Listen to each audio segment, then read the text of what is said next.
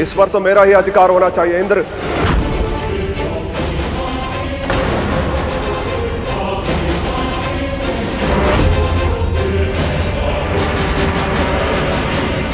देवराज, कहां गए देवराज? अभी तो यहीं थे।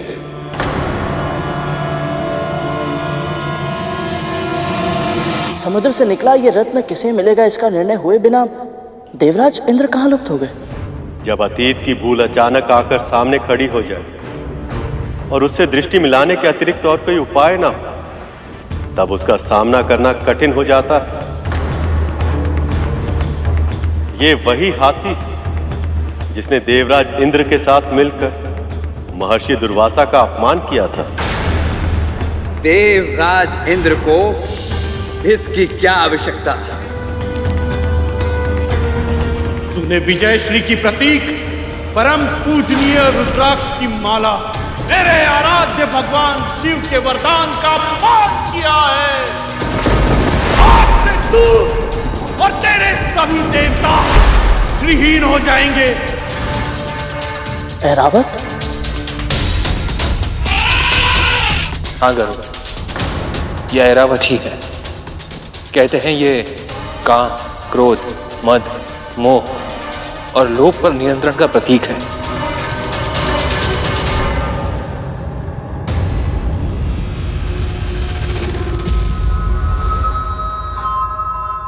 सारा भोजन एक साथ खिलाएगी क्या? पहले चखू तो सही, कैसा भोजन बनाया तूने?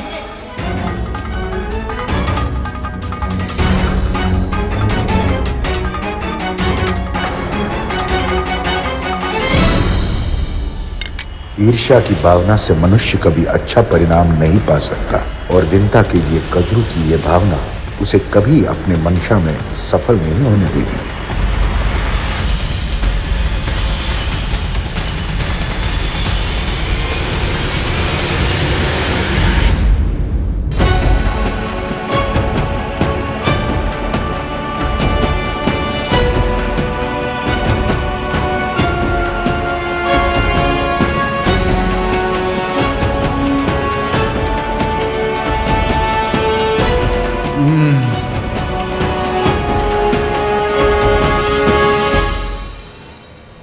स्वादिष्ट, अति स्वादिष्ट।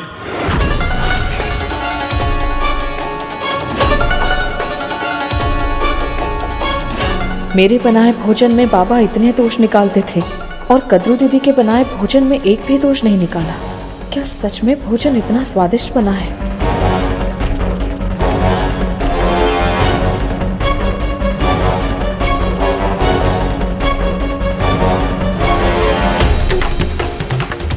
जब मेरी ये दशा है तो बाबा की क्या होगी?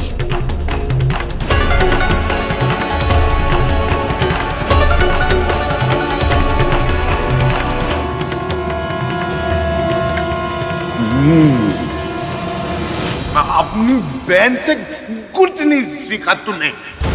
जब से यहाँ आया हूँ आज पहली बार भूख मिटी है मेरी।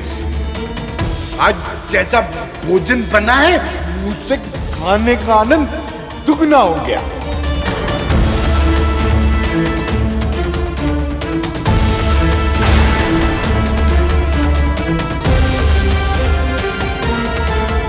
प्रतिदिन ऐसा ही भोजन बनाना। हाँ? प्रतिदिन?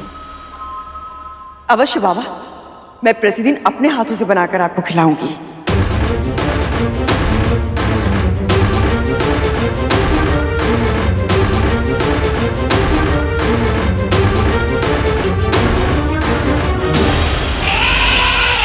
ऐरावत इस जगत के हाथियों में सबसे श्रेष्ठ हाथी है और सबसे अधिक स्वामी भक्त भी है।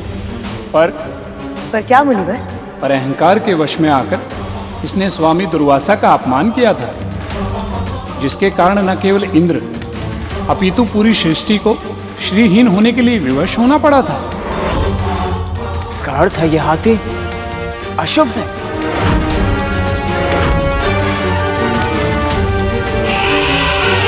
हम असुरों के लिए शुभ, हमारा फल होता है राहु।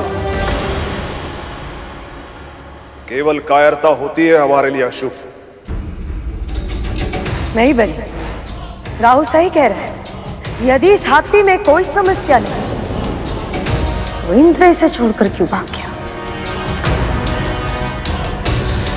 अवश्य ये साक्षात दुर्भाग्य का रूप है ये हाथी। वाह, सौभाग्य दुर्भाग्य जैसी बातें मैं नहीं मानता। मैं मानती हूं बलि। जब दांव पर अमृत लगा हो तो एक हाथी के लिए दुर्भाग्य को न्यौता देना मूर्खता होती है। और मैं तुझे ये मूर्खता नहीं करने दूंगी।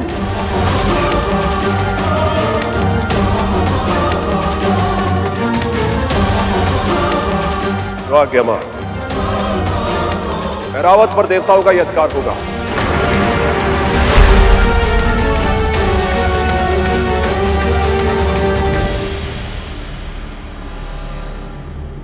ये ऐरावत कहाँ चला गया?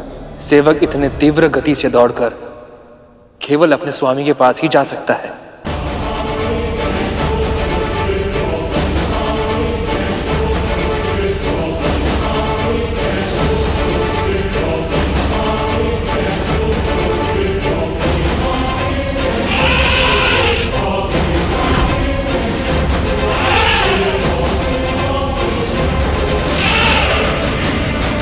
इन सब का कोई अर्थ नहीं। अब जो होना था वो हो चुका।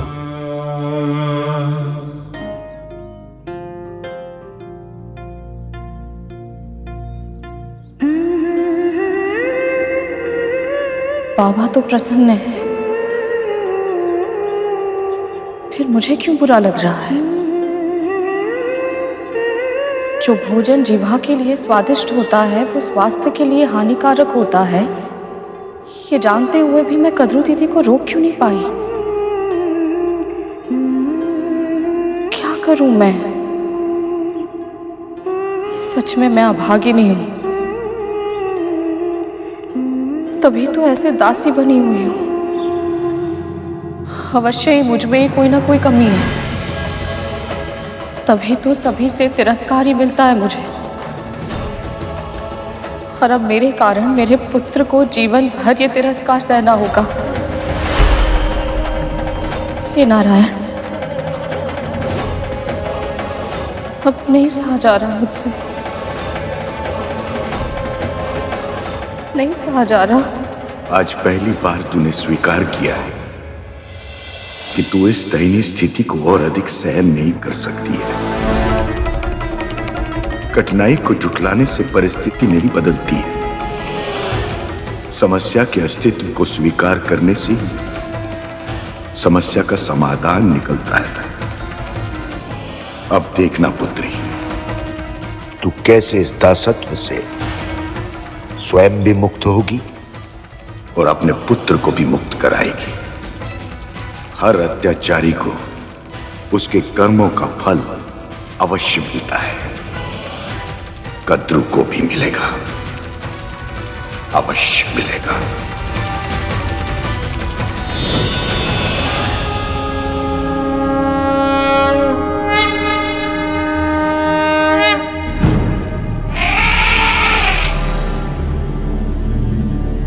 ये क्या कर रहा है रावत?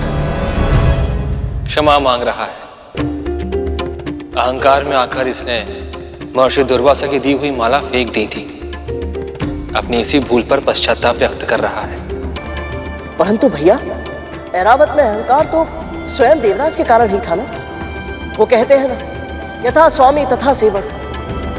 स्वामी का ही स्वभाव सेवक में प्रतिबिंबित होता है। सत्य कहा गर्व। और अब ये बात देवराज इंद्र भी समझ चुके हैं।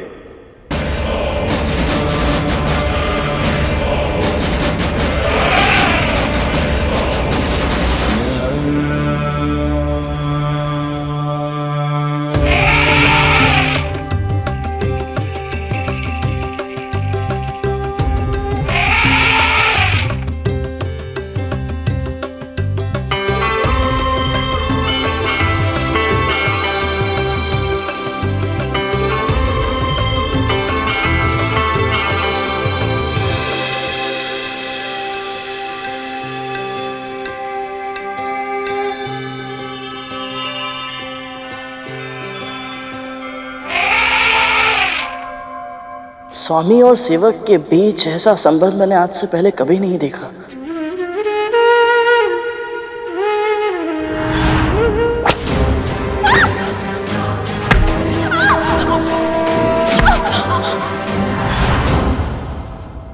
महारानी तो मेरी मां के साथ। ऐरावत ने पूरे मन से अपने स्वामी की सेवा की, तो इंद्र ने भी उन्हें सम्मान दिया। दोनों पक्षों के मर्यादित आचरण के बिना संबंध का ऐसा सूत्र स्थापित हो पाना संभव ही नहीं है। पर देवी विंता अपनी स्वामिनी देवी कद्रू के लिए कोई साधारण दासी नहीं है गरुड़। वो उनकी बहन है, जिन्हें उन्होंने छल से अपनी दासी बनाया है।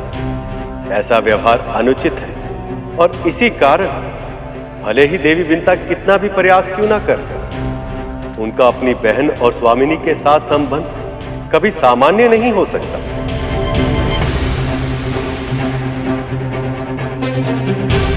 ऐरावत का अपने स्वामी के साथ संबंध सच में अद्भुत है। बस एक ही इच्छा है मेरी, किसी तरह मैं भी अपने प्रभु का ऐसा ही सेवक बन पाऊं।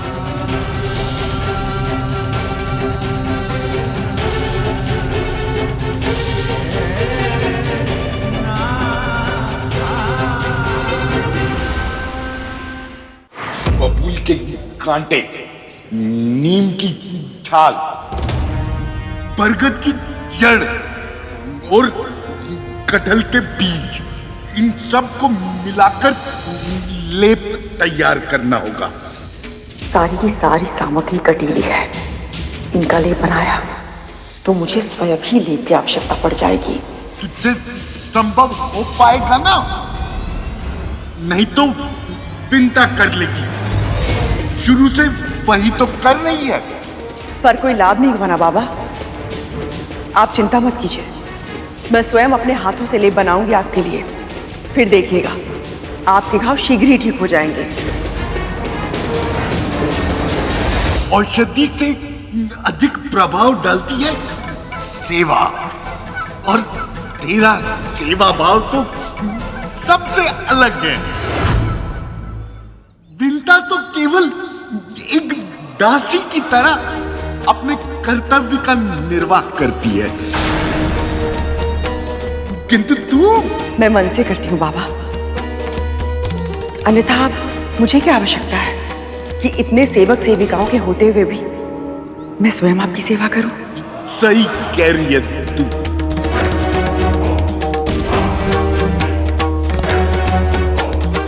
मैं तैयारी करती हूँ। क्या?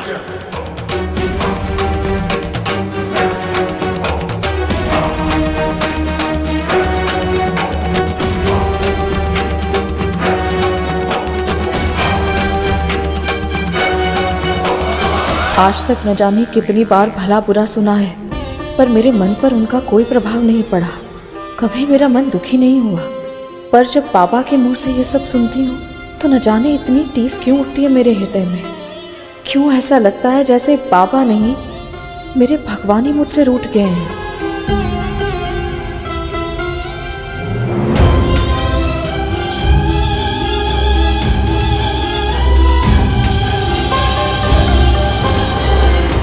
ये धैर्य खोने का समय नहीं है पुत्री।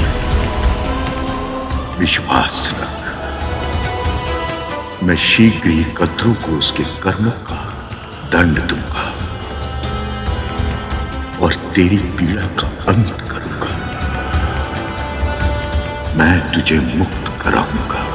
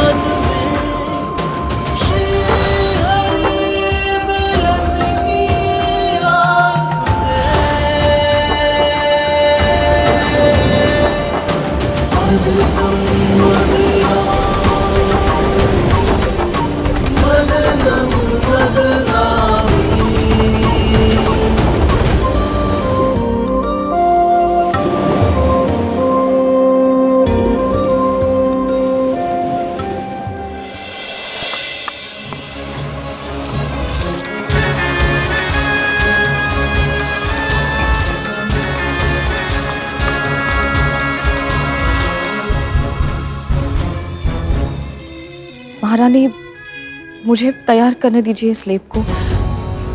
मुझे कोई श्रेय नहीं चाहिए। मैं बस इस लेप को तैयार कर दूंगी, फिर आप ही ले जाइएगा और आप ही लगा दीजिएगा।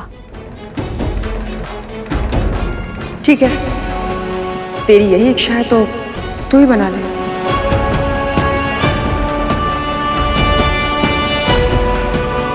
माँ विंता माता से कार्य करवाकर स्वयं श्रेय लेना चाह रहे हैं। इन्हें लग रहा है गुरु दत्तात्रेय को पता नहीं चलेगा। पर उन्हें तो सब पता होता है ना। तब तो कहीं माँ को आशीर्वाद के स्थान पर श्राप मिल गया तो।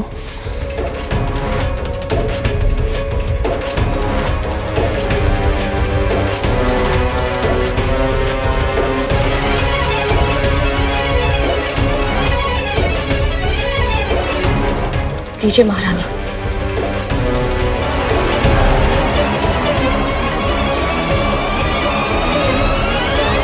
अब विश्वास हो जाएगा पापा को, ये लेप मैंने बनाया है।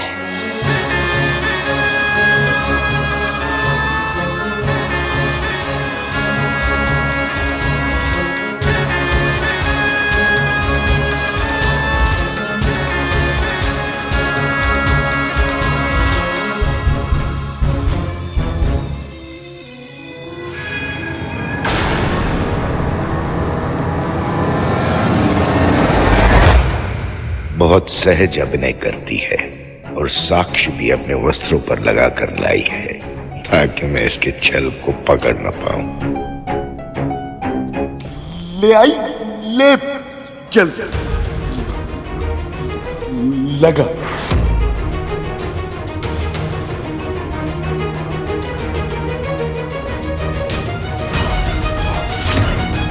जिस घाव की गंध से मेरा मन इतना विचलित हो रहा है, मैं ऐसे घाव पर लेप कैसे लगाऊंगी?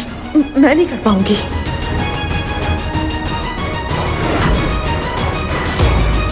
दीदी ने लेप ऐसे लगाया तो बाबा क्रोधित होकर लेप ही फेंक देंगे, और यदि ऐसा हो गया तो उनकी औषधि व्यर्थ हो जाएगी। नहीं, मैं ऐसा नहीं होने दे सकती।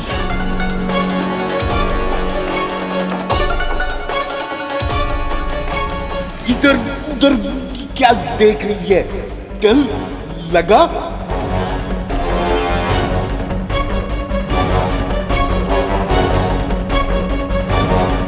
लगा।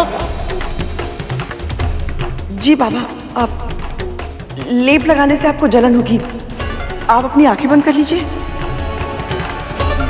कितना उचित विचार है, कितनी बुद्धिमान है तू।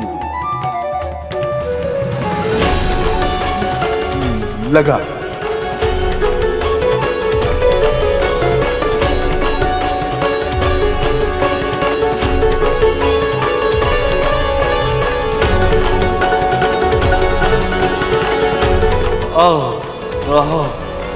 आनंद आ रहा है।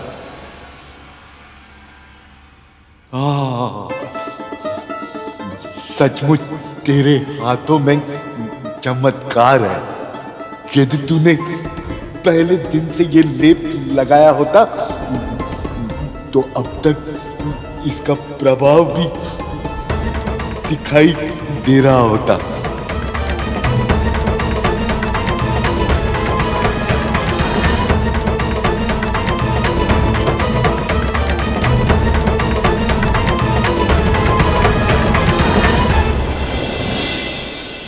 ये सुगंध कैसी? अब क्या प्रकट होने वाला है?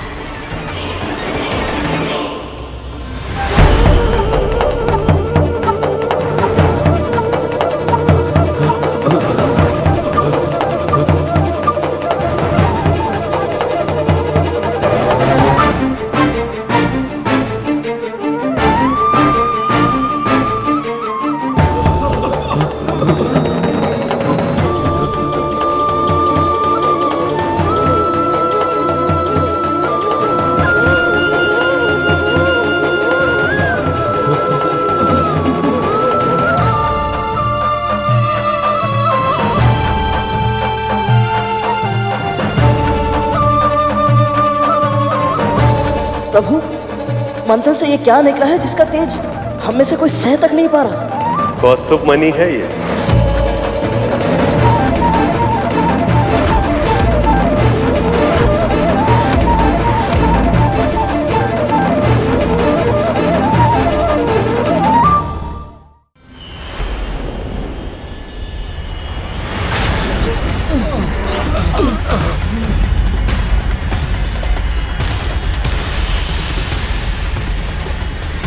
प्रभु, मंथन से ये क्या निकला है जिसका तेज हम में से कोई सह तक नहीं पा रहा? कौस्तुभ मणि है ये।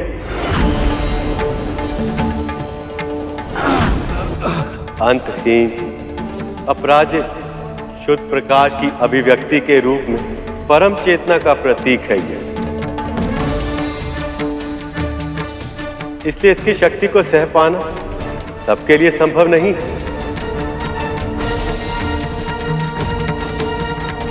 तो फिर प्रभु हम क्या करें इसका? कौन धारण कर पाएगा इसे?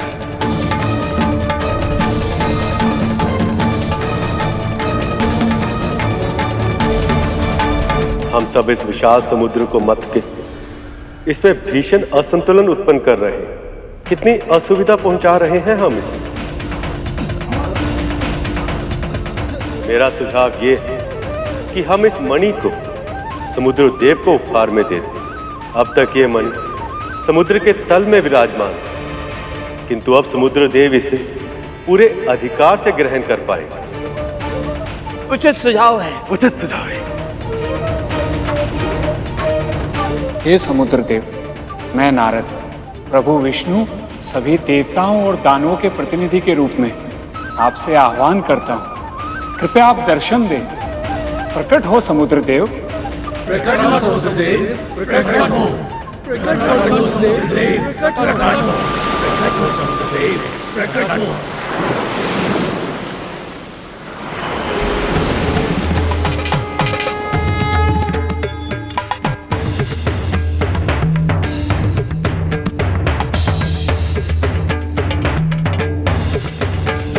हे समुद्र देव, कृपया इस मणि को ग्रहण करें और हम सबको कृतार्थ करें।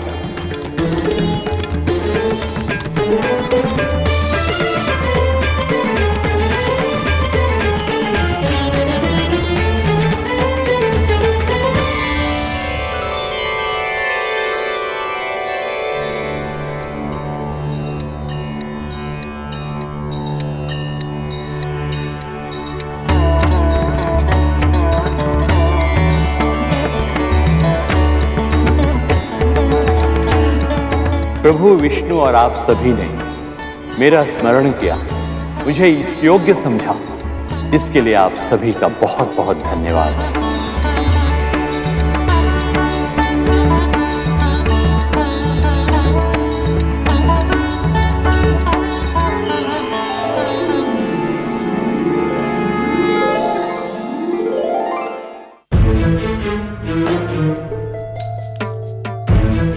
हो गया बाबा।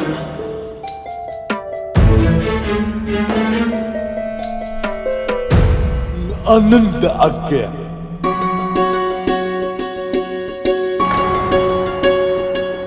मुझे विश्वास है तेरे इस लेप से मैं शीघ्र स्वस्थ हो जाऊंगा। यदि ऐसा हुआ तो मेरी आत्मा तुझे ऐसा आशीर्वाद देगी कि तेरा जीवन निहाल हो जाएगा।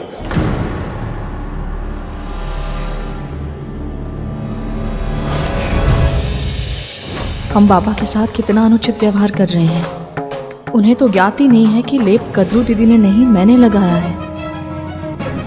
ये कैसे संभव है धूमल? गुरु दत्तात्रेय को सत्य पता नहीं लगा?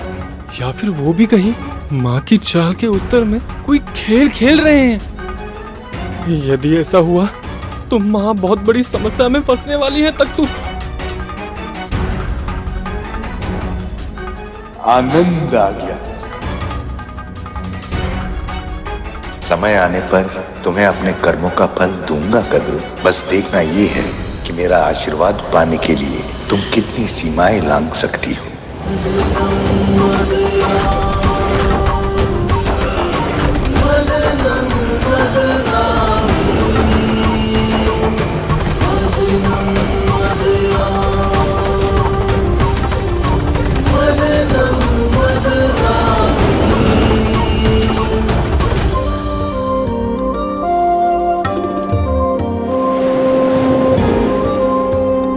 कब तक प्रतीक्षा करवाएंगी माँ?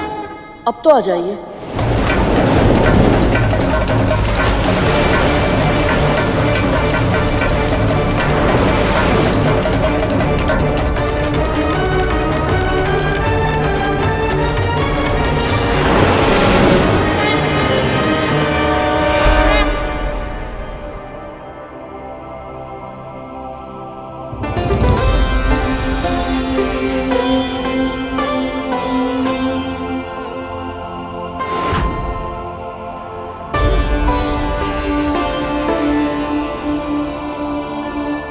कल्पवृक्ष? वाह गुरु, वृक्षराज को पहचान लिया तुमने? श्रेय मेरा नहीं है भैया, श्रेय माँ का है। माँ ने मुझे 7 लोगों के बारे में बताते समय इनके बारे में भी बताया था। परंतु सत्य तो ये है कि जितना मैंने सोचा था उससे कहीं अधिक सुंदर है ये। क्या बताया था तुम्हारी माँ ने? प्रभु यही कि मन में कोई भी इच्छा क्यों ना हो, यदि इनसे मांगते हैं तो वो इच्छा अवश्य पूर्ण होती है। सत्य ही कहा था उन्होंने। पर कल्प वृक्ष की महिमा केवल इच्छाएं पूरी करने तक सीमित नहीं है गरुड़। इसका महत्व तो इससे भी कहीं अधिक है। इस वृक्ष को तुम सबको देना संभव नहीं है वज्रांग। इस वृक्ष की हम देवताओं ने वर्षों तक सेवा की है। इस पर केवल हमारा अधिकार है। असंभव। स्वर्ग पर केवल हम असुरों का राज है अग्नि, और इस नाते स्वर्ग की प्रत्येक वस्तु पर केवल और केवल हमारा अधिकार है, इस कल्प वृक्ष पर भी। दुखद तो ये है कि जो इसके लिए झगड़ा कर रहे हैं वो ये जानते तक नहीं। बस वज्रांग, रुक जाइए आप लोग। जो सबकी इच्छाएं पूरी करते हैं उनके लिए झगड़ने से पहले आप दोनों पक्ष कल्पवृक्ष से तो पूछ लीजिए कि वो कहां रहना चाहते हैं।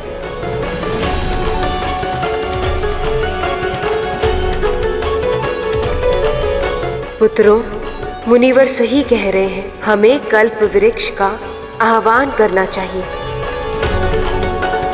हे वृक्षराज, कृपया सामने आइए।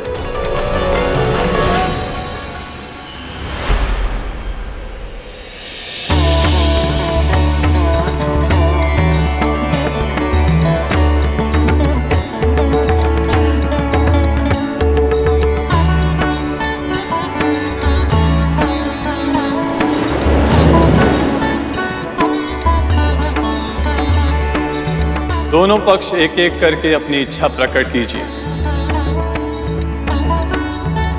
मैं किसी का भी चुनाव करूं, पर आप दोनों की इच्छाएं अवश्य पूरी करूंगा, और इसी क्रम में मैं निश्चित भी कर लूंगा कि मैं किसके साथ रहना चाहता हूं। वज्रांग, राहु, क्या सुझाव है तुम सबका? अग्नि, वायु, क्या मांगना चाहिए मुझे?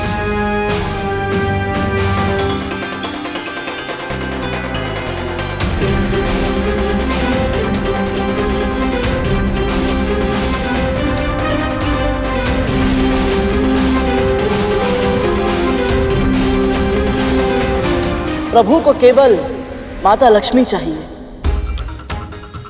मुझे मेरी मां की प्रसन्नता।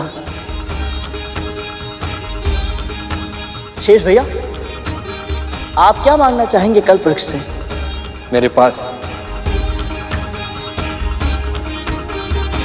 मेरे परम पिता, परम प्रभु श्री विष्णु है। सब कुछ है मेरे पास, मुझे और कुछ नहीं चाहिए।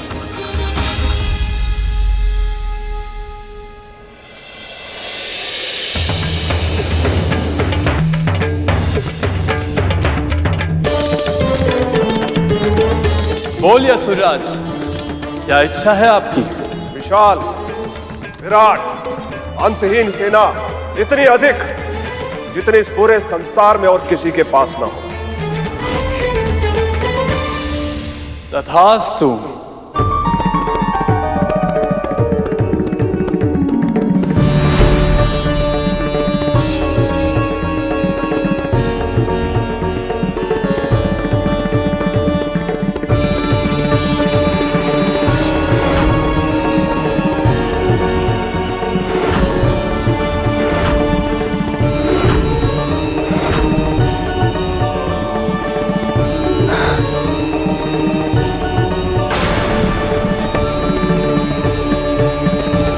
देवराज, शक्ति का पलड़ा तो पहले से ही इन असुरों की ओर झुका हुआ था।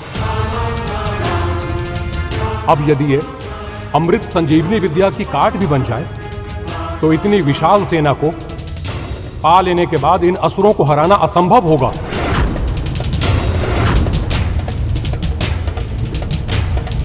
मेरा सुझाव है देवराज की कुछ ऐसा मांगिए जिसकी सहायता से इस असंख्य सेना को एक बार में ही मारा जा सके।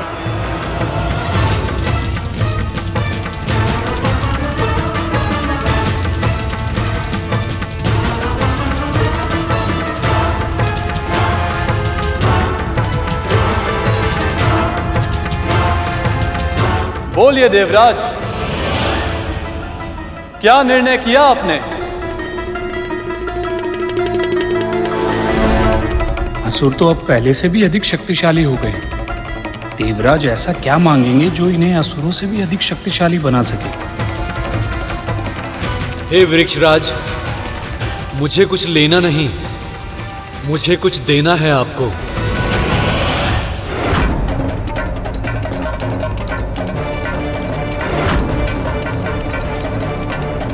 कहीं देवराज इंद्र अपने अहंकार में पुनः कोई भूल ना कर बैठे और समुद्र मंथन सफल ना हो पाए।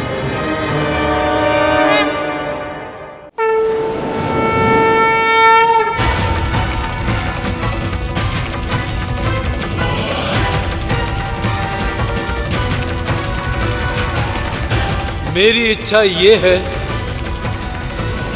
कि मेरा अभिमान, मेरा अहंकार मुझसे दूर हो जाए वृक्षराज।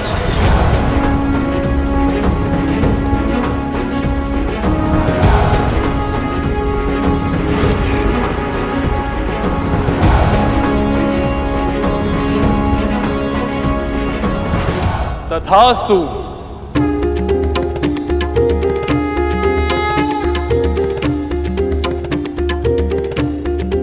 देवराज इंद्र ने भौतिक वस्तुएं ना मांगकर स्वयं के उत्थान के लिए अपने अभिमान का त्याग किया है, इसलिए मैं इन्हीं के साथ रहूंगा।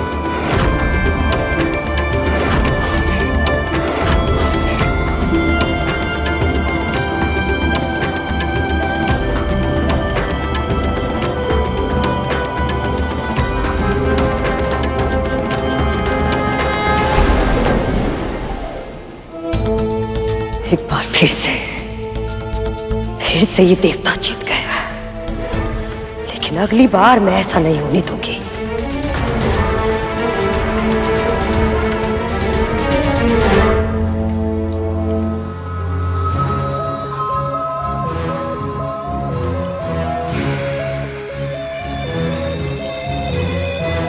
और जल डालो, न जाने कैसी दुर्गंध आ रही है।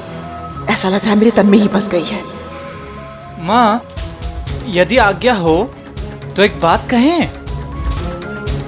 माँ, बस आप क्रोधित मत होइएगा।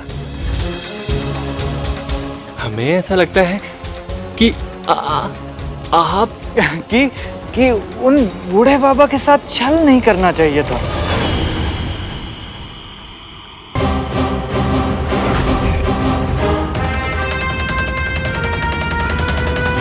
अब तुम दोनों मुझे बताओगे कि मुझे क्या करना चाहिए और क्या नहीं। जितना बोला है उतना करो, जल डालो।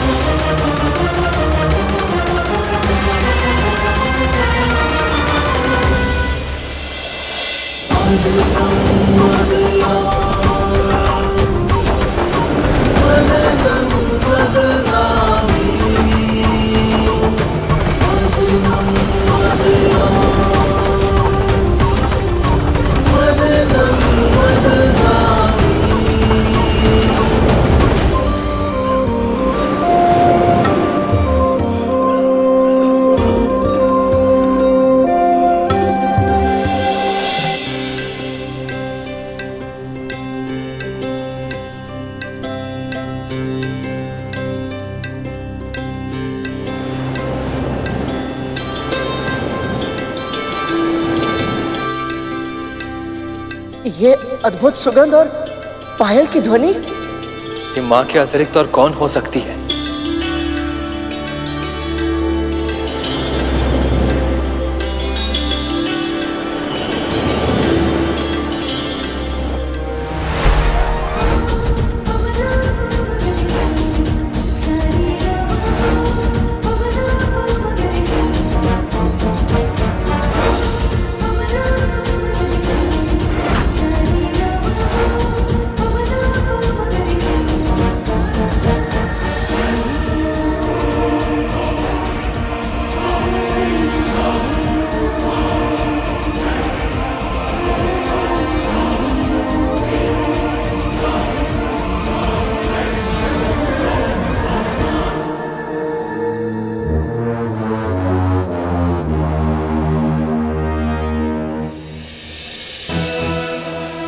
ये स्त्रियां कौन है? रंभा।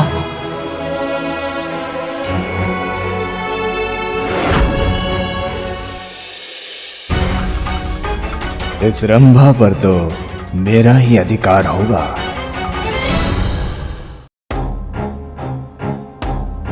सुंदरी, तुम्हारा आकर्षण तो अधिक है सुंदरी।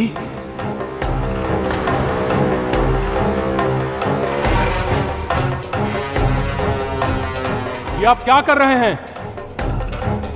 अप्सराओं को पाने का प्रयास कर रहे हैं। तुम्हारी बारी भी आएगी। इतने उतावले क्यों हो रहे? तिथि माँ। पुत्र,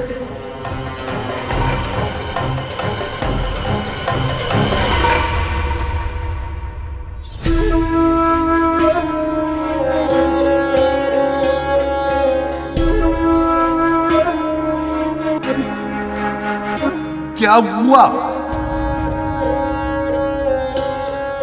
चिंतित क्यों है? जो कष्ट मुझे हुआ था वही कष्ट अब महारानी को भी हो रहा है बाबा। तुझे तो प्रसन्न होना चाहिए। नहीं बाबा, मैं तो सदैव यही प्रार्थना करती हूँ कि मेरी मति इतनी भ्रष्ट कभी ना हो कि किसी और को कष्ट में देखकर मुझे प्रसन्नता मिले। इतनी पीड़ा सहने के बाद भी इसके मन में कोई कड़वाहट नहीं है। कितना निर्मल मन है इसका, कितना शुद्ध। समझ चाहता है कि अब परिवर्तन का शंख बज उठे। कल बहुत से प्राणियों की आशाओं पर हिमपात होगा, पर कुछ के जीवन के मरुस्थल में प्रसन्नता के फूल भी खिलेंगे। कल मुझसे भोर में मिलने आना विंता। कल कुछ ऐसा होगा जिसकी तूने कल्पना तक नहीं की होगी।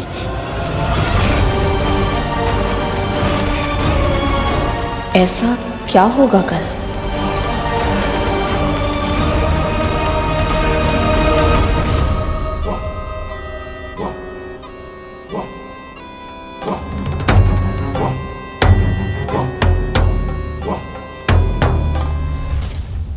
आहा, उत्तम, अति उत्तम। सुंदरी, विवाह कर लो मुझसे। तुमसे ही क्यों, मुझसे क्यों नहीं? पहले प्रस्ताव मैंने दिया है इसे, परंतु देखा ही नहीं, पहले मैंने था। समुद्र के हृदय से निकलते ही ये वज्रांग के हृदय में बस गई। प्रभु, स्त्रियों का तो सम्मान करना चाहिए। ये सब तो कितना अनुचित व्यवहार कर रहे हैं इन सबके साथ। ये अप्सराएं मन के भीतर छुपी कामना की प्रतीक हैं गरुड़। इसलिए जब तक उस कामना पर नियंत्रण नहीं होता, तब तक ना तो ये विवाद सुलझेगा और ना ही देवी लक्ष्मी प्रकट होगी। विवाह तो केवल मेरा होगा। राहु, बड़ा मैं हूं, विवाह मैं ही करूंगा।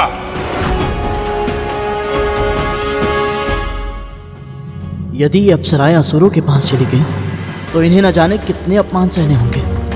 नहीं, मैं ऐसा नहीं होने दे सकता।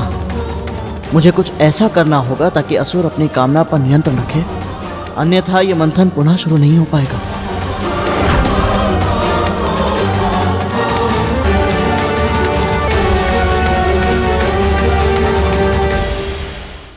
ये अप्सराएं मन के भीतर छुपी कामना की प्रतीक हैं गरुड़। इसलिए जब तक उस कामना पर नियंत्रण नहीं होता, तब तक ना तो ये विवाद सुलझेगा और ना ही देवी लक्ष्मी प्रकट होगी। तब तो प्रभु मुझे ही कुछ करना पड़ेगा। परंतु इन सभी के लिए तुम केवल एक दास हो। ये तुम्हारी बात क्यों सुनेंगे? नहीं सुनेंगे भैया, परंतु अपनी मां की आज्ञा अवश्य मानेंगे।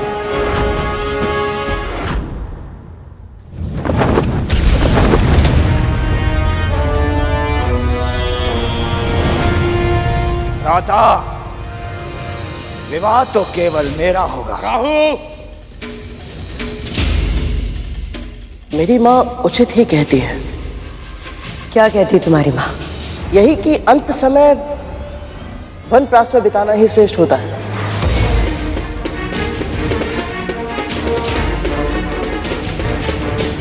अब आपके पुत्रों को संभालने वाली सुंदरी आ गई है दीदी माँ। अब ये आपका सुझाव कहाँ मानेंगे?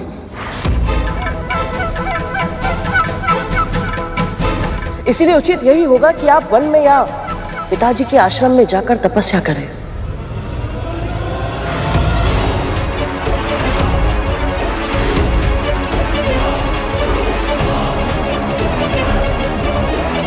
गरुड़ ये क्या करने का प्रयत्न कर रहा है? मैं तपस्या करने चली जाऊं ताकि ये देवता मेरे पुत्र को मूर्ख बना सके। राहु बड़ा मैं हूं, विवाह मैं ही करूंगा। अच्छा, तो ये अप्सराएं षड्यंत्र है मेरे पुत्रों के विरुद्ध। लगता है तीर निशाने पे लग गया। लगता है गरुड़ की योजना सफल हो रही है। पुत्रों,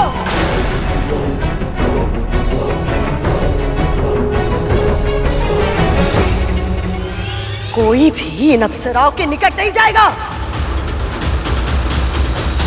देवता को लेने दो इन्हें, यह आदेश है मेरा।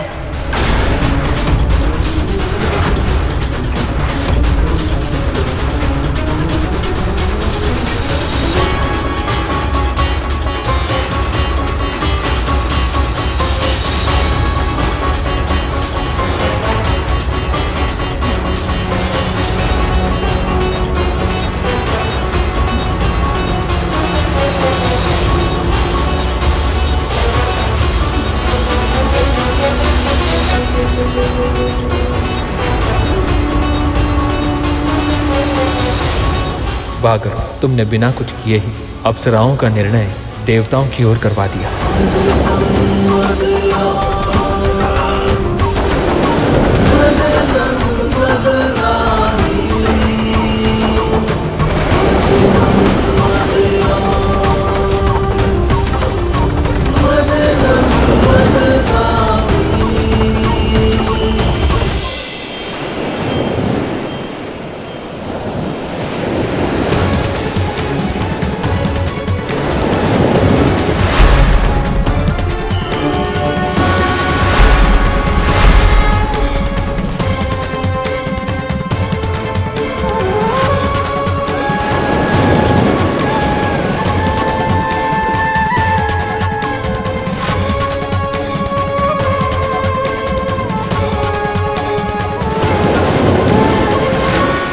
ये अद्भुत प्रकाश, ये मंद मंद चलने वाली पवन और प्रकृति में ये सुंदर बदलाव, ये सब कुछ कैसे हो रहा है?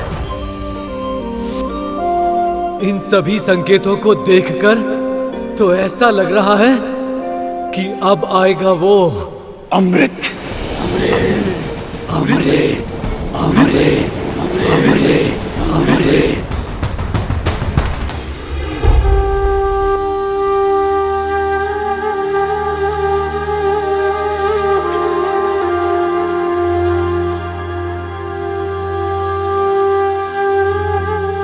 बोर में मिलने आना विंता। कल कुछ ऐसा होगा जिसकी तूने कल्पना तक नहीं की होगी। बाबा ने मुझसे ऐसा क्यों कहा? और आज मेरा मन इतना अशांत क्यों है? ऐसा क्यों लग रहा है जैसे कुछ बहुत बड़ा होने वाला है? हे प्रभु, हे नारायण, मेरे साथ रहिएगा।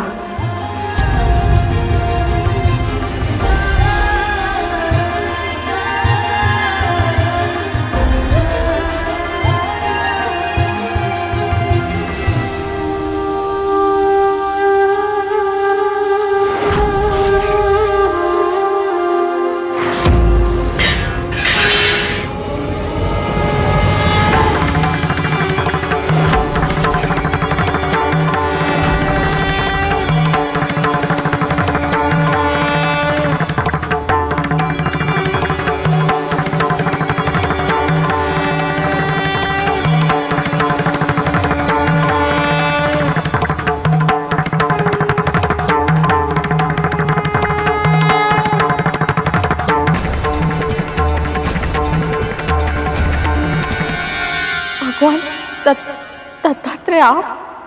कल्याण,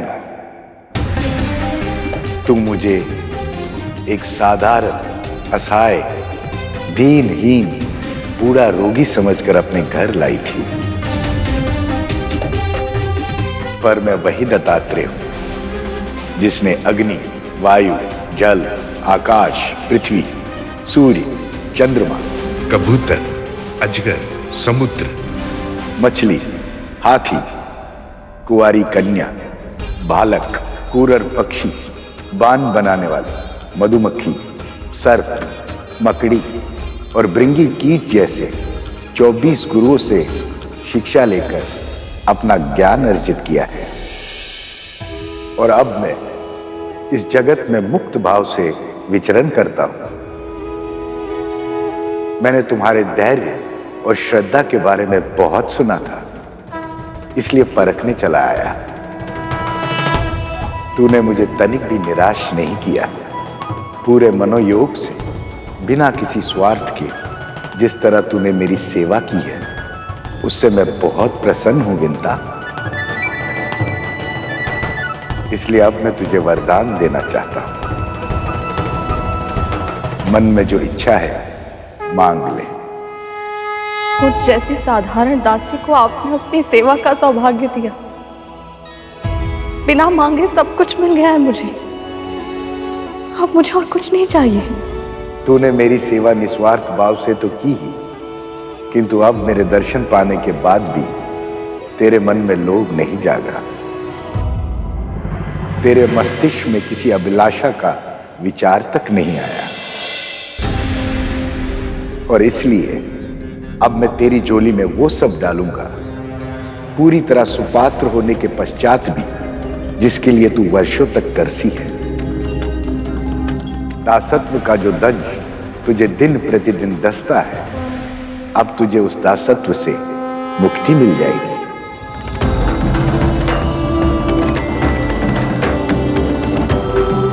आपके कहने का अर्थ है आज से मेरा पुत्र और मैं मुक्त हो जाएंगे? नहीं,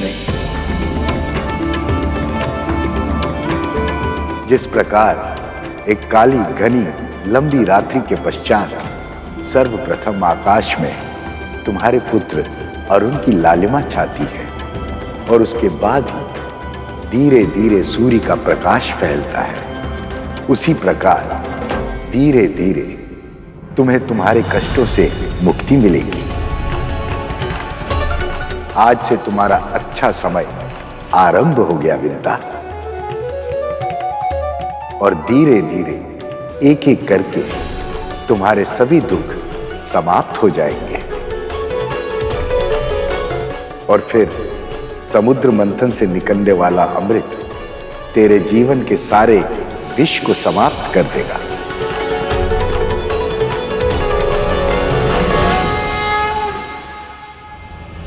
कल्याण।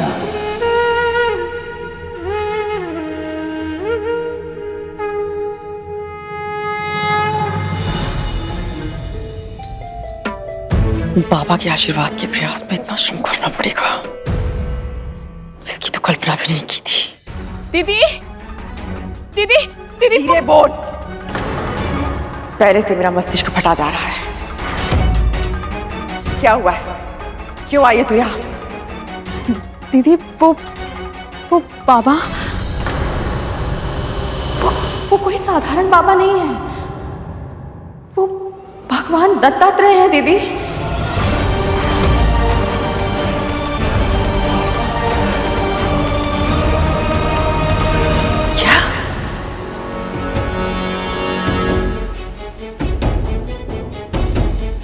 क्या कहा तूने?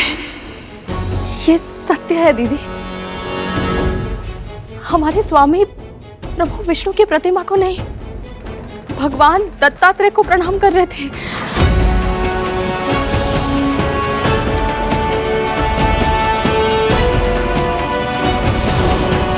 अभी अभी उन्होंने मुझे साक्षात दर्शन दिए हैं दीदी। संभव नहीं है, ये संभव नहीं है।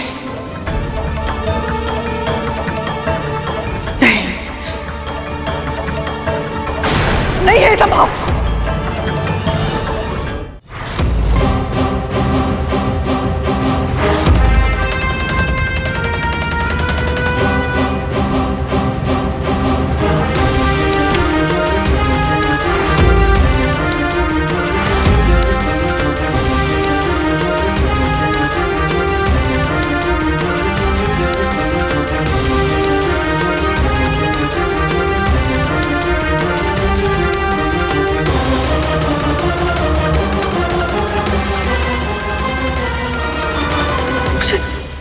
दर्शन भी नहीं दिया भगवान ने।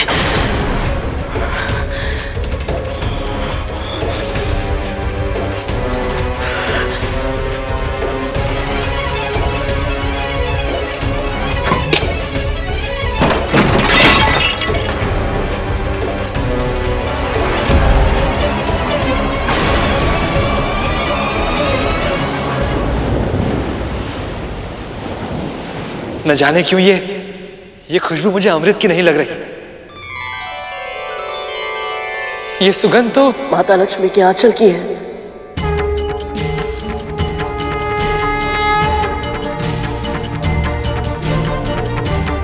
सही पहचाना गरुड़।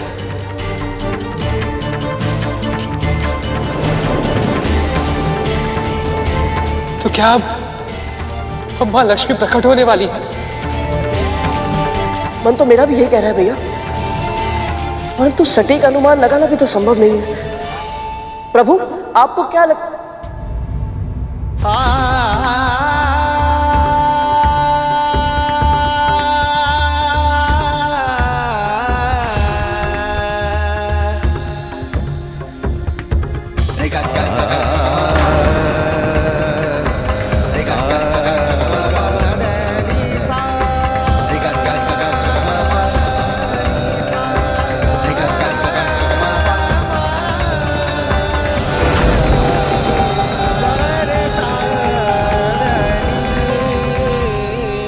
स्वामी, हमारे इस विरह की अवधि हमारी पुनर्मिलन की प्रतीक्षा समझकर बिताइएगा। अभी हमें जाना होगा प्रभु।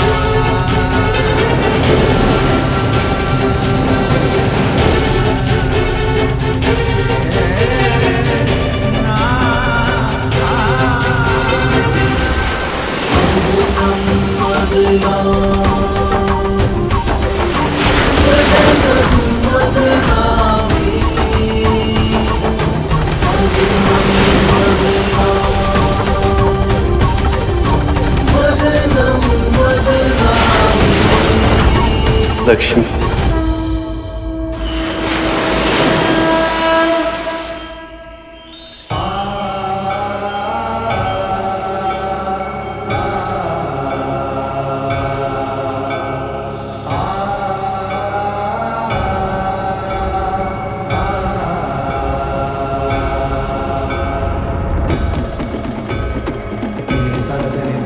आठ दल वाला कमल, इस पर तो माता लक्ष्मी विराजती है ना? हाँ गरुड़। और देखो, उस कमल के आगे दो हाथी भी चल रहे हैं। वो देखिए, ऊपर आकाश में।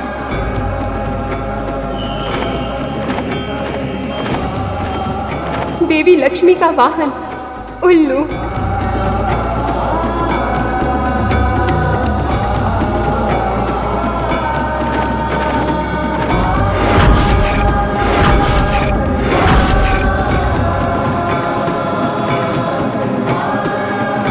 मां के आगमन के सभी संकेत स्पष्ट हो चुके हैं प्रभु। आपकी प्रतीक्षा समाप्त हुई। अपनी आंखें खोलिए प्रभु, मां का साक्षात्कार कीजिए। ये संभव नहीं है शेष।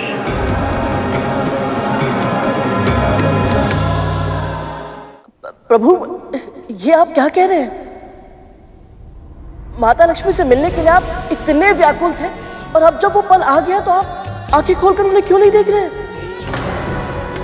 मैं इतना प्रसन्न, इतना उत्साहित हूं कि मुझे भय लग रहा है गरुड़, कि कहीं ऐसा ना हो जाए कि मैं अपनी ऊर्जा पर नियंत्रण ही ना रख पाऊं।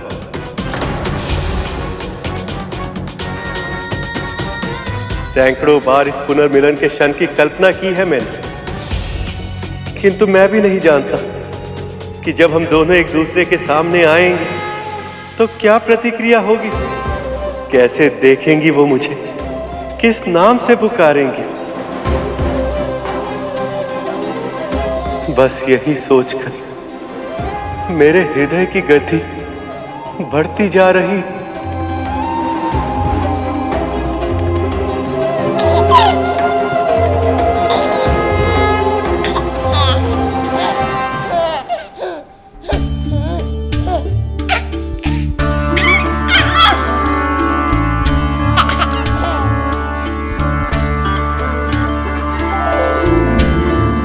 लक्ष्मी,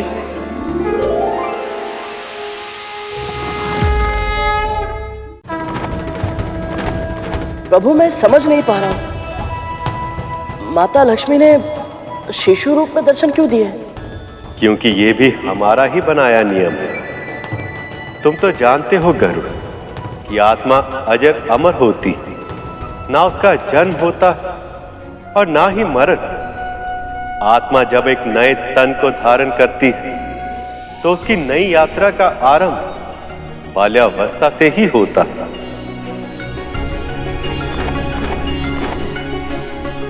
इसलिए देवी लक्ष्मी ने समुद्र देव के पुत्री के रूप में अपनी नई यात्रा का आरंभ बाल रूप से ही किया। कितना भाग्यशाली हूं मैं कि स्वयं मां लक्ष्मी मेरी पुत्री बनी।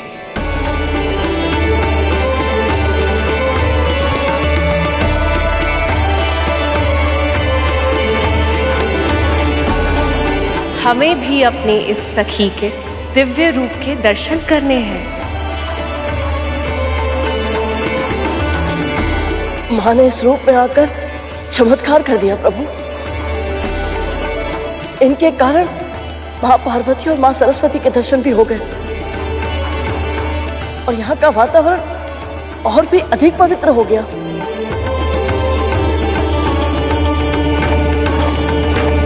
वो देखो गरुड़, ऋषिगण भी आ गए हैं।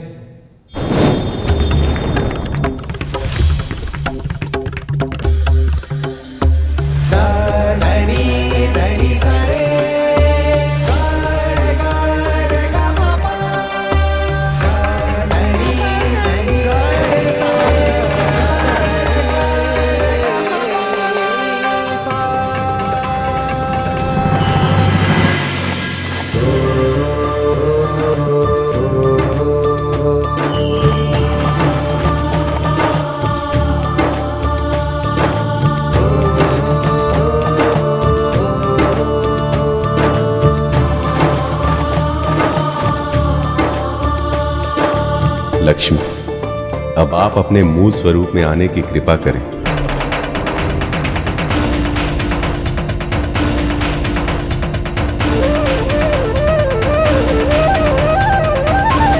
ऐसा तेज सिर्फ लक्ष्मी के आगमन पर ही हो सकता है। मां लक्ष्मी की, मां लक्ष्मी की, मां लक्ष्मी की, मां लक्ष्मी की, मां लक्ष्मी की, मां लक्ष्मी की, मां लक्ष्मी की, मां लक्ष्मी की, मां लक्ष्मी की, मां लक्ष्मी की।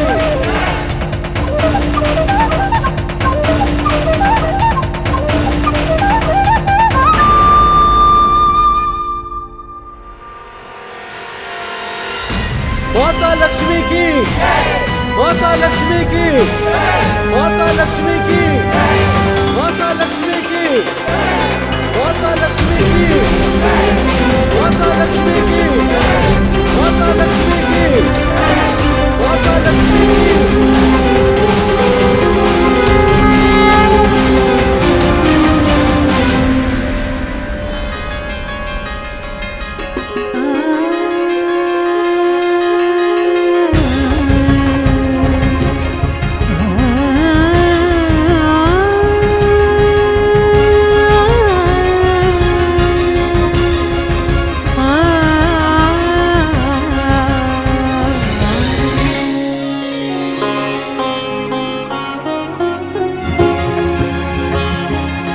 लक्ष्मी।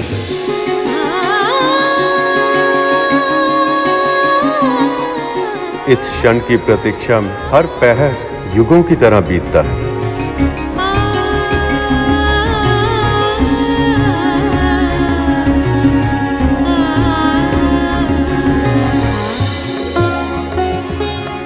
नारायण नारायण, इसीलिए तो ये जोड़ी सृष्टि की सर्वोत्तम जोड़ी कहलाती है।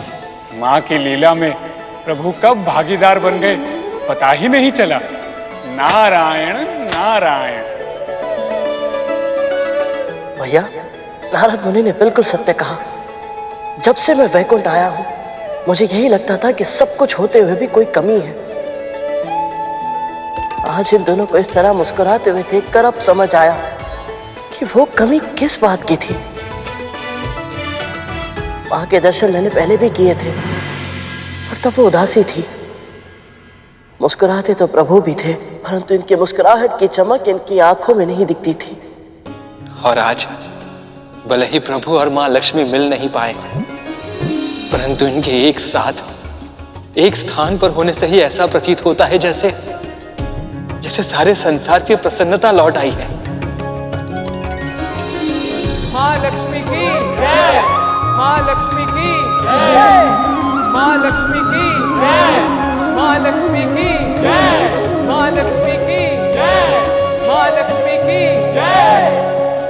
मां, जब आपने ये पूरी लीला रची ही है, हम सबको इसका भागीदार बनाया ही है, तो अब हमें आप इसका पूर्ण आनंद लेने दीजिए।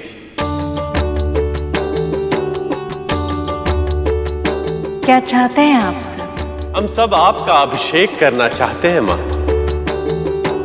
अभिषेक? ये तो बहुत ही प्रसन्नता की बात है।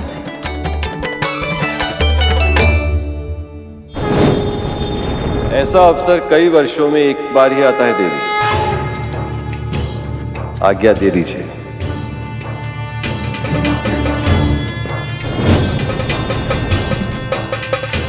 भक्तों की इच्छा तो मां ने सदैव ही पूर्ण की है। मुझे विश्वास है आज भी आप इन्हें निराश नहीं करेंगे।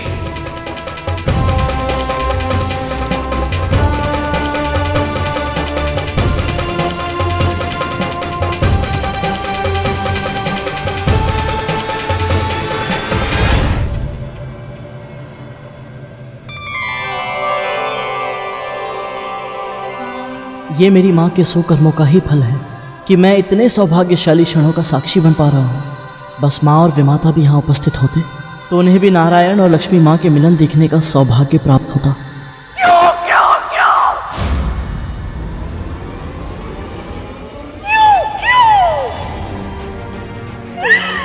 मेरे साथ सदा क्यों ऐसा होता है? क्यों क्यों सब पक्षपात करते हैं मेरे साथ? तेरा सदा पक्ष लेते हैं सब। क्यों विद्या, क्यों? आप ऐसा क्यों सोच रही हैं? दर्शन भले ही ना हुए हो, पर उनकी सेवा करने का सौभाग्य तो आपको भी मिला है ना। जो मुझे मिला है दीदी, उसे सौभाग्य कहती है तो सौभाग्य ही सही। तूने क्या मांगा उनसे? हाँ, चुप क्यों है, बोलती क्यों नहीं? इस बार तूने क्या वरदान मांगा अपने पुत्र के लिए? बोलना। दासत्व का जो दंश तुझे दिन प्रतिदिन दसता है, अब तुझे उस दासत्व से मुक्ति मिल जाएगी। मुझे ये बात दीदी को बतानी चाहिए या नहीं?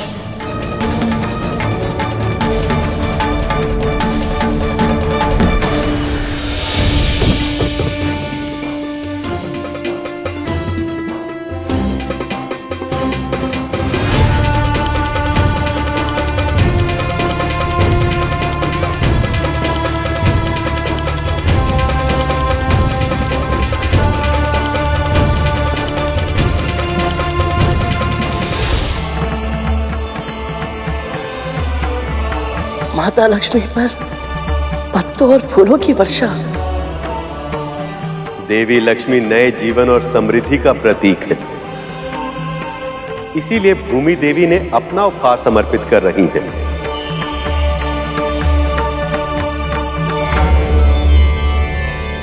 क्या वरदान मांगा तूने उनसे? बोलना।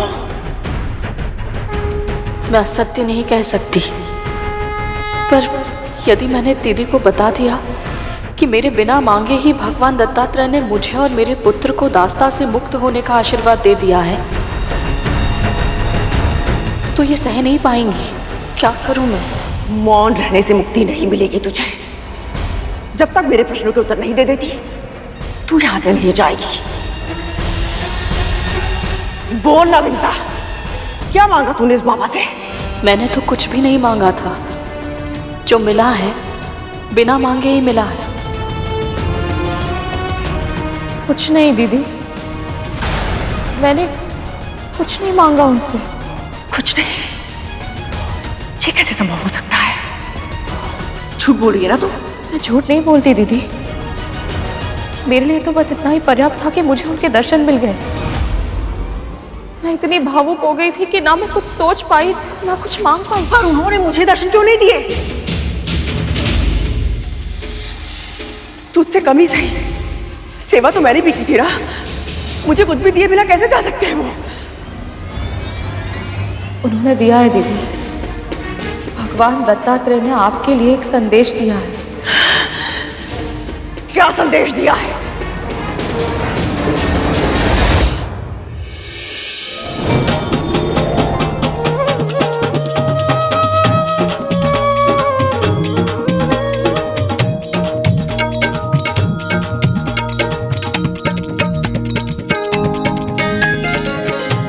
माता लक्ष्मी के आने की खुशी में ये मेघराज कितना मोहक नृत्य कर रहे हैं।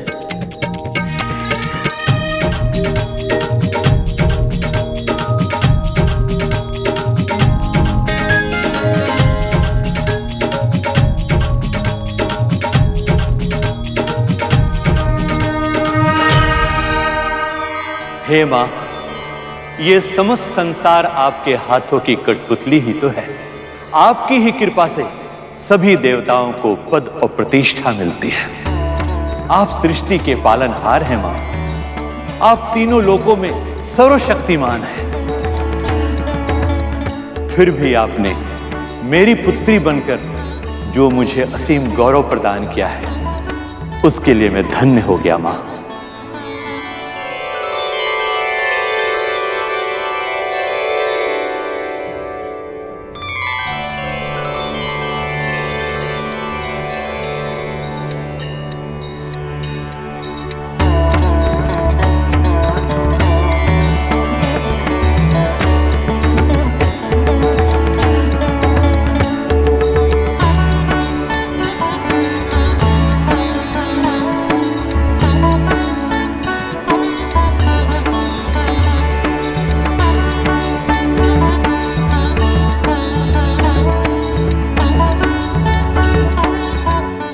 इन पीले वस्त्रों में मां को देखकर ऐसा लग रहा है कि मां प्रभु के रंग में ही रंग गई है।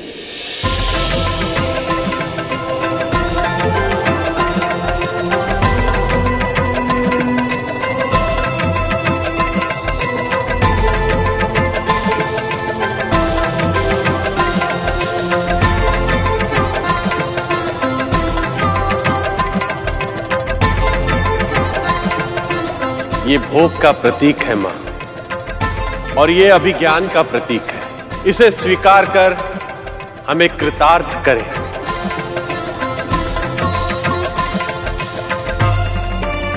ये कभी न मुरझाने वाली माला है, इसे स्वीकार कीजिए।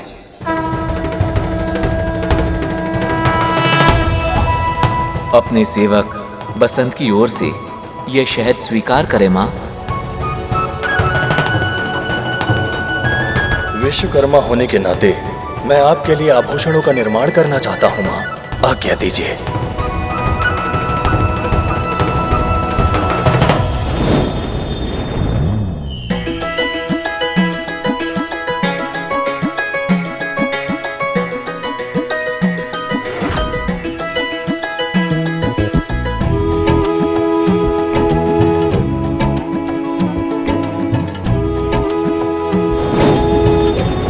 अपनी सखी की ओर से ये मोतियों की माला स्वीकार कीजिए देवी।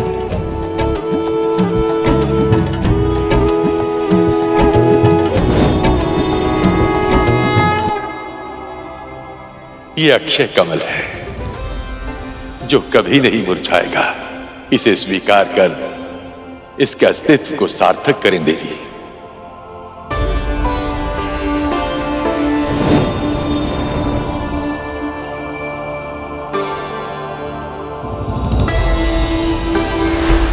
मां, मेरी ओर से ये तुच्छ भेंट स्वीकार करें।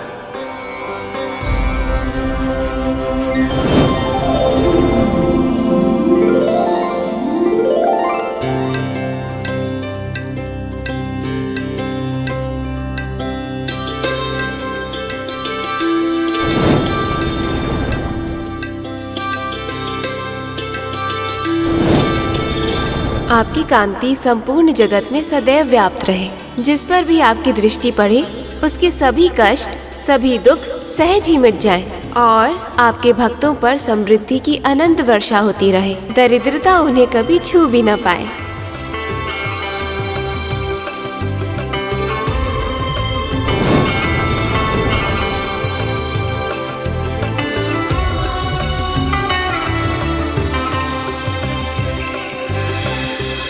अद्भुत देवी, अद्भुत। सौभाग्य का प्रतीक है ये कुमकुम, इसे स्वीकार करें मां।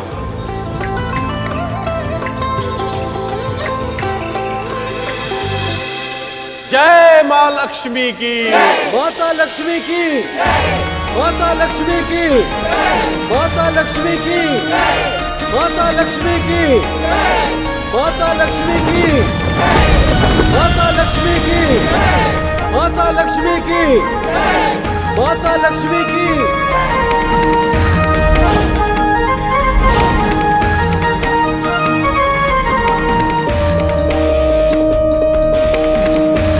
मेरे पास आपको भेंट देने के लिए कुछ नहीं है माँ, इसलिए मैं कुछ देने नहीं मांगने आया हूँ। अब प्रभु विष्णु की प्रतीक्षा का अंत करें।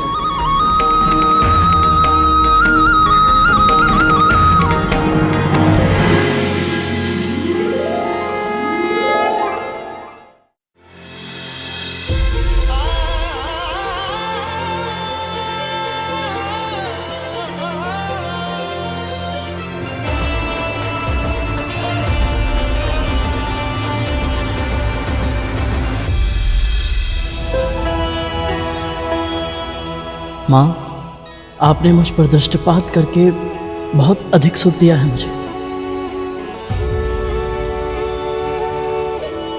यहाँ सभी ने आपको कुछ ना कुछ अर्पित किया है, परंतु मैं तो साधारण दास हूँ। मैं आपको क्या अर्पित करूँ माँ? क्या भेंट दूँ मैं आपको?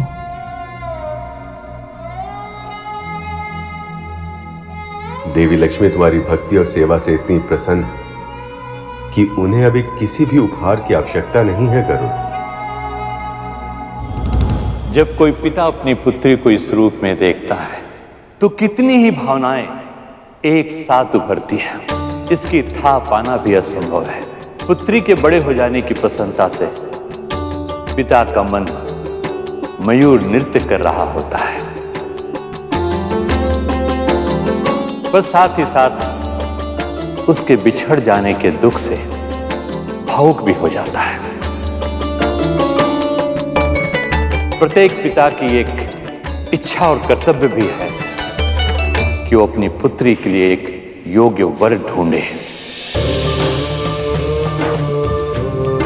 इस समय आप भले ही मेरे सामने एक पुत्री के रूप में हैं, पर यह मैं कैसे भूल जाऊं कि आप त्रिलोक की स्वामिनी हैं, संपूर्ण सृष्टि की माता हैं आप। इसलिए आपके योग्य जीवन साथी का चुनाव करने में मैं असमर्थ हूं।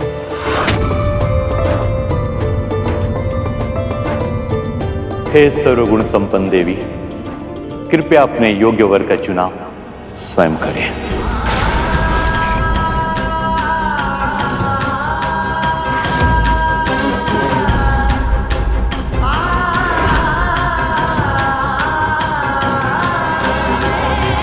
चुनाव? कैसा चुनाव? इस संपूर्ण जगत में माता लक्ष्मी के स्वामी प्रभु विष्णु के अतिरिक्त और कौन हो सकता है भला? और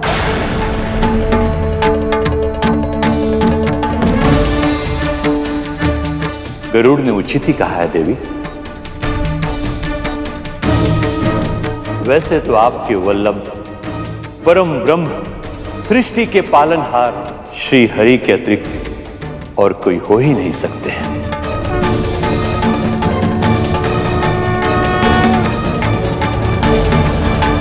फिर भी मैं चाहता हूं कि आप स्वयं अपना वर चुनें। उत्तम सुझाव है देवी।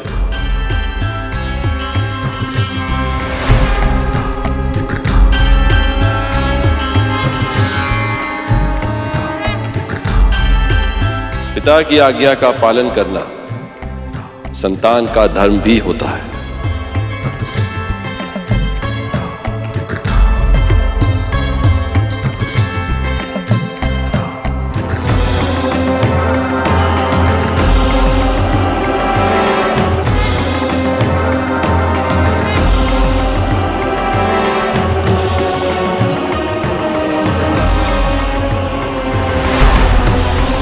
पुत्री, स्वयंवर आरंभ करें।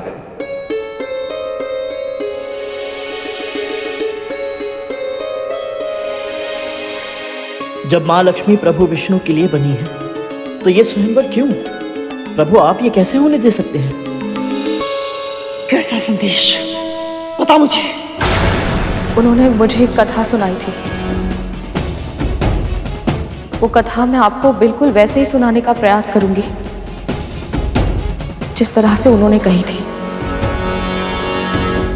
एक बार एक राजा ने घोषणा करवाई कि उसके पूरे राज्य में केवल पालक ही उगाई जाएगी, उसी का क्रय विक्रय होगा और सारी प्रजा केवल पालक ही खाएगी।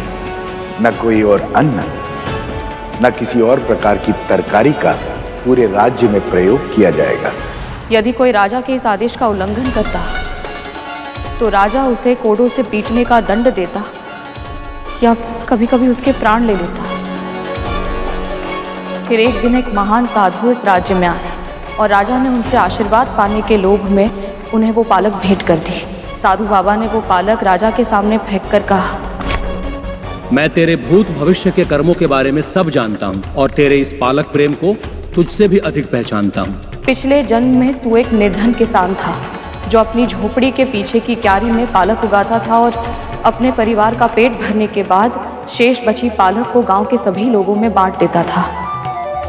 किसान के रूप में तूने पुण्य अर्जित किया था जिसके कारण इस जन्म में तुझे राजा बनने का अवसर मिला और पिछले जन्म की वो स्मृति आज भी कहीं तेरे भीतर जीवित है। इसके कारण तू ये पालक का वितरण नहीं कर रहा बल्कि इसके लिए कर रहा है क्योंकि अब तू चक्रवर्ती सम्राट बनना चाहता है।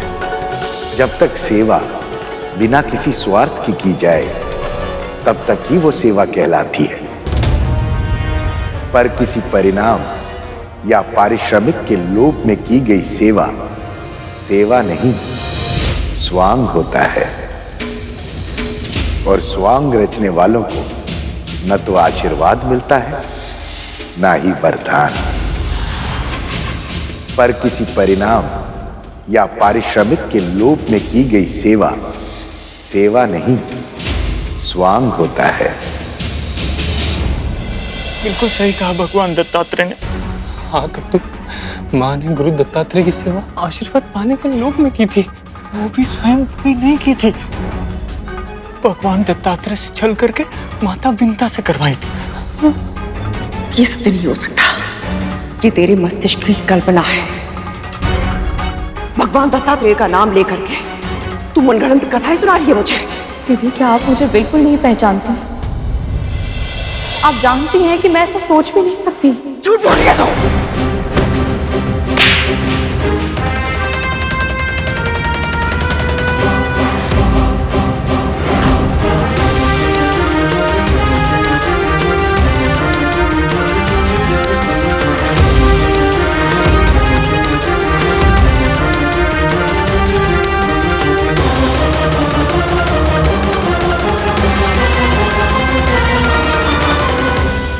किया भगवान दत्तात्रेय ने, माँ के साथ ऐसा ही व्यवहार होना चाहिए। हाँ, तब तो विमाता विंता सही थी, फिर भी माँ ने उन्हें दोषी ठहराया, इसीलिए उनके चेहरे पर एक काला चिन्ह आ गया। अब बहुत हो गया धूमल, माँ को उनके बुरे कर्मों का दंड मिलना ही चाहिए। प्रभु, भला माँ को स्वयंवर की क्या आवश्यकता है? मैंने स्वयं इन्हें विरह की अग्नि में जलते देखा है, हर पल इन्होंने केवल आप ही को प्रेम किया है। तो फिर ये सब क्यों प्रभु? आप दोनों के मिलन में इतना विलंब क्यों?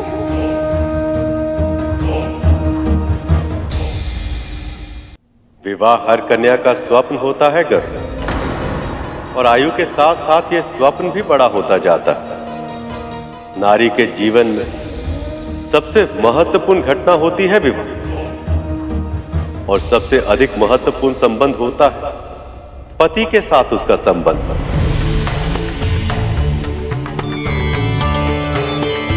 अपने पुरुष, अपने प्रेमी के साथ प्रथम भेंट से बहुत पहले से हर युवती उसके स्वप्न देखने लगती है, अपनी आशाएं, अपनी अपेक्षाएं संजोने लगती है।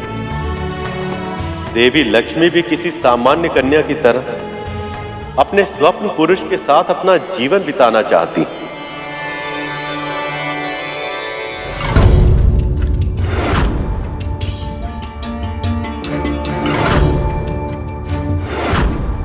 और ये इनका अधिकार है, चुनाव का ये अधिकार मैं तो क्या, कोई भी पुरुष किसी स्त्री से छीन नहीं सकता। किंतु हां, इन्हें प्रेम करने के नाते मैं ये आशा कर सकता हूं कि चाहे कितना भी समय क्यों ना लग जाए, पर अंत में लक्ष्मी विष्णु को ही चुनेंगे।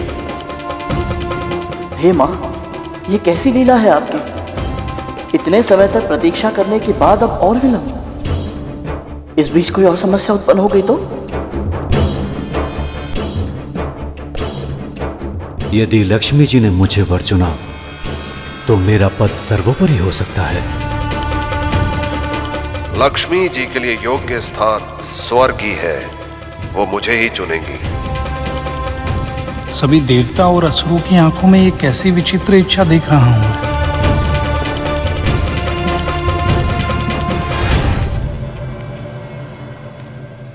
ये देवराज इंद्र हैं पुत्री, असीमित ऊर्जा की स्रोत,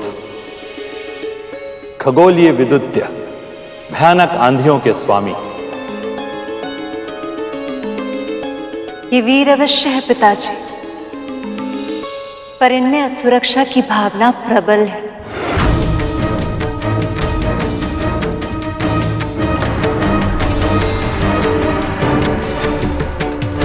ये सूर्यदेव हैं पुत्री, इनका प्रकाश सारे जगत को जीवन देता है। इनमें प्रकाश तो अवश्य है पिताजी, पर ताप भी असहनीय है। आपने उचित कहा देवी।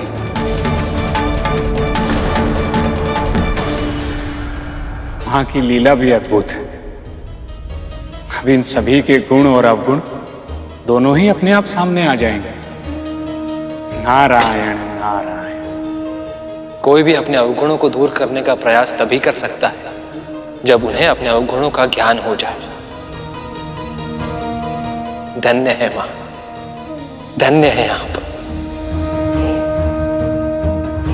मन की भावना गुणों और अवगुणों से परे होती है भैया। प्रभु के बारे में सोचिए, ये सब देखना इनके लिए आसान नहीं होगा। इनकी प्रिया इनकी आंखों के सामने अन्य सभी में अपना वर खोज रही है। ये पीड़ा को सहन करना और फिर भी मौन रहना प्रभु के लिए सरल नहीं है भैया। मैं तो कल्पना भी नहीं कर पा रहा हूं कि प्रभु में इतना संयम कैसे है। मुझे तो बहुत चिंता हो रही है भैया। मन तो यही कहता है कि कोई भी समस्या उत्पन्न नहीं होगी, परंतु जब तक इन दोनों का मिलन नहीं हो जाता मुझे शांति नहीं मिलेगी।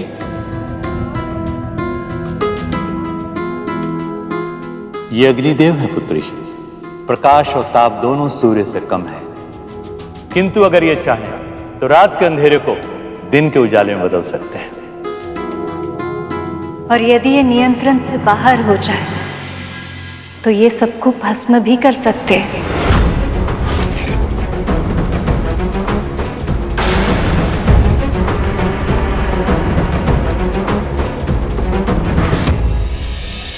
ये वायुदेव हैं पुत्री। ये बहुत चंचल है, स्वयं एक स्थान पर टिककर रह ही नहीं सकते। यदि मैं इनके साथ हमेशा चलती रही तो इस जगत का कल्याण कभी नहीं कर पाऊंगी।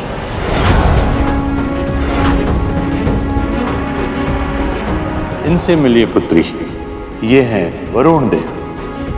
इनके व्यक्तित्व में तरलता इतनी अधिक है कि ये बार बार अपने आकार बदलते हैं, और जो स्वयं अपना आकार इतनी बार बदले, उनके साथ मैं स्थिर कैसे रह सकती हूँ?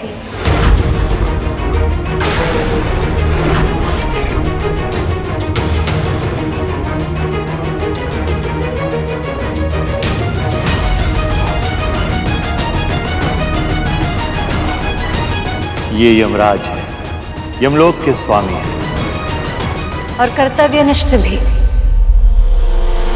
इनमें दया और करुणा का अभाव है पिताजी। लक्ष्मी इन देवताओं की नहीं हुई, अर्थात हम असुरों की होगी। पुत्री, इन सभी देवताओं में से कोई भी आपका हृदय नहीं जीत पाया है। आप चाहें तो नागों में से किसी एक का चुनाव कर सकती हैं। मैं अभी उनका प्रबंध कर सकता हूं।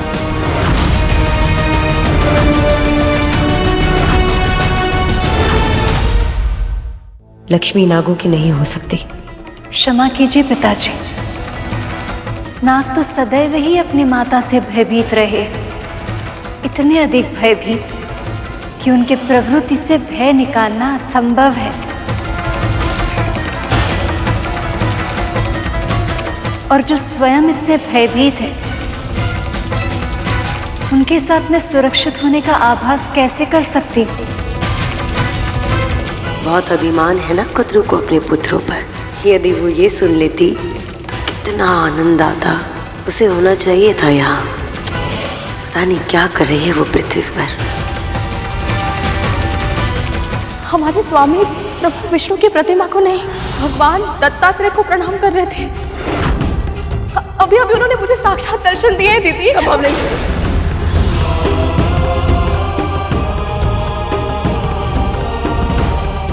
ये आप क्या कर रही है माँ? संभालिए स्वयं को। ऐसे दुखी होने से क्या होगा माँ? यदि आप मन ही मन घुटती रहेंगी तो हम आपकी सहायता कैसे करेंगे? आप बात बताइए माँ। फिर से वही सब हो रहा है तक्षक कालिया। एक बार फिर से मेरे साथ अन्याय हो रहा है, और अब ये मैं सह नहीं सकती, नहीं सह सकती। वासुदेवाय। ओम भगवते वासुदेवाय।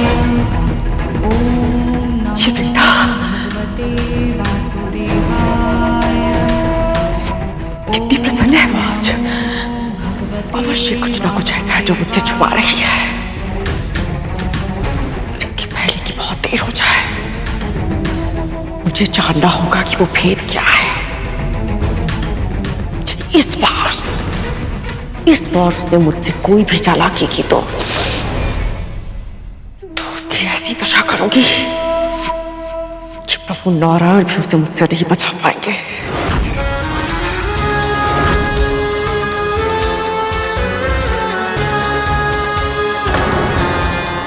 हाँ, ये आपके मुंह पे काले धब्बे कैसे आ गए?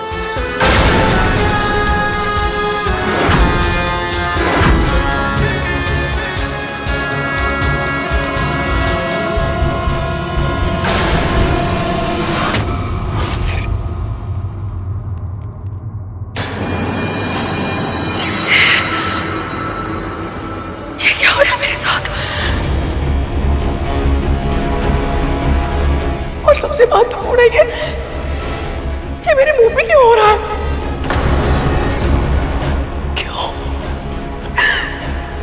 कितने कष्ट सहने पड़ रहे हैं मुझे। मानसिक और भावनात्मक कष्ट कब तक है जो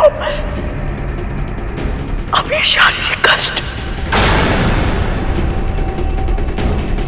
भगवान दत्तात्रेय का वचन तो सत्य हो रहा है। मैं भी यही सोच रहा था तक तो हमारी माँ के आंखों में आंसू है और विंता माँ के स्वर में सुख।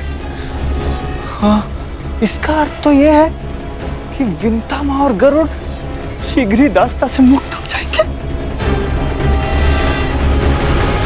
लक्ष्मी माँ तो सभी में कोई ना कोई अवगुण खोज रही हैं। ये तो स्वाभाविक है शेष। जो सर्वगुण संपन्न वो किसी अवगुण से युक्त पुरुष के साथ जीवन निर्वाह कैसे कर सकती?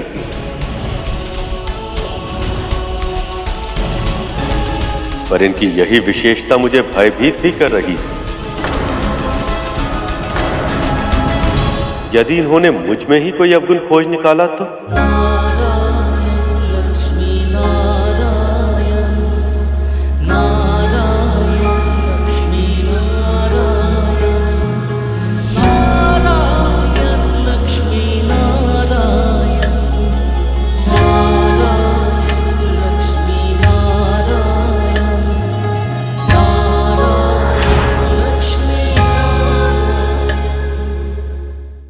प्रभु ये क्या कह रहे हैं आप? भला आप में कोई अवगुण कैसे हो सकता है? तुम एक भक्त की दृष्टि से देख रहे हो गर्व। एक स्त्री की दृष्टि वो भी देख सकती है जो कोई नहीं देख सकता। और जब उसे अपने जीवन साथी का चयन करना हो तो सर्वश्रेष्ठ से कम कुछ भी स्वीकार करने का प्रश्न ही नहीं उठता। तो भी ठीक है प्रभु, आज मां के स्वयंवर से यह सिद्ध हो जाएगा कि आपके भीतर ना कोई खोट है ना कोई अवगुण। इस समस्त संसार में आपसे उत्तम पुरुष कोई हो ही नहीं सकता। सर्वश्रेष्ठ है आप। गरुड़ सही कह रहा है प्रभु, आपको चिंता करने की तनिक भी आवश्यकता नहीं।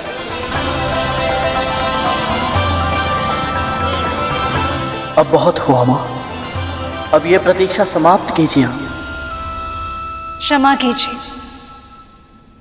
मैं आप में से किसी के साथ विवाह नहीं कर सकती।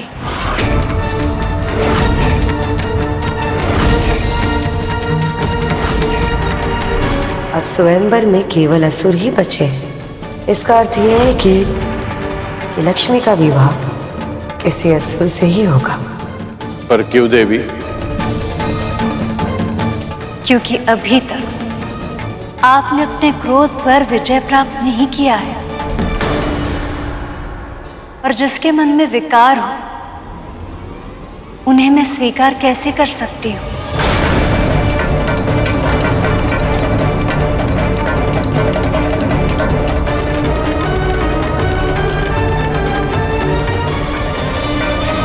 देवताओं और सप्तऋषियों तक में अवगुण खोज लिए हैं इन्होंने।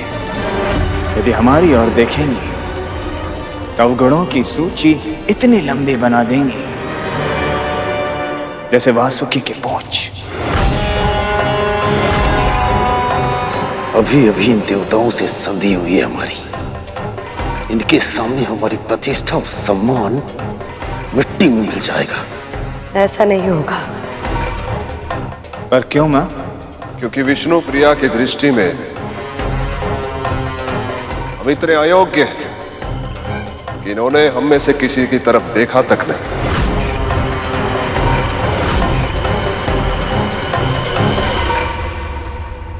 इन असुरों की उपेक्षा करके मां ने बहुत अच्छा किया।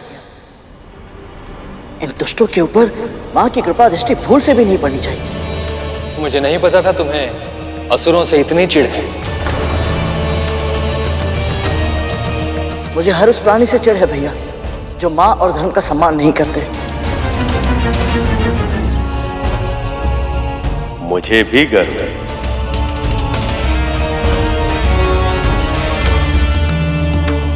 मैं इन देवों, ऋषियों और गंधर्व में से किसी का चुनाव कैसे कर सकती हूँ? इनमें से कुछ महान तपस्वी हैं, पर इनका क्रोध पर कोई नियंत्रण नहीं।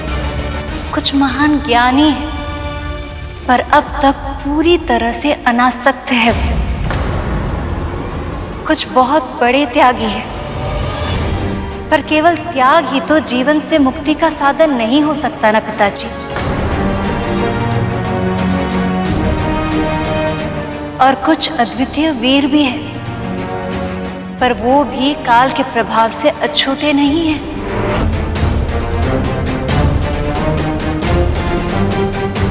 पिताजी, मुझे ऐसा लगता है कि यहाँ ऐसा कोई भी नहीं है जो मेरे पति बनने के योग्य है।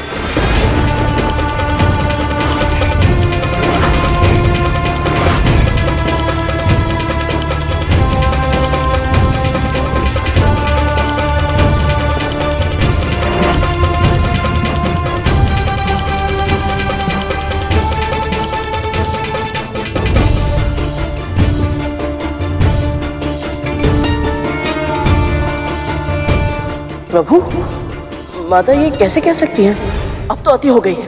प्रभु, आप कहिए ना कि आप सुयोग हैं। आपसे अधिक योग्य संसार में कोई हो ही नहीं सकता।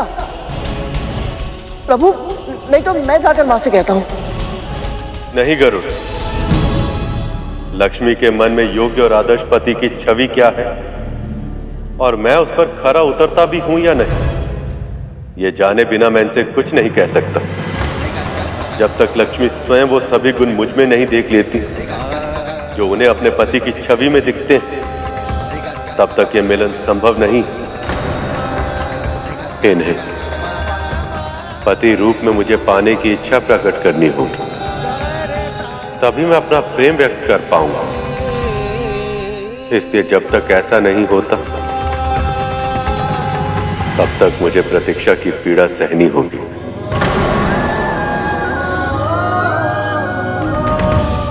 मुझे इसी बात का भय था प्रभु कि ये स्वयंवर आपकी उदासीनता का कारण ना बन जाए।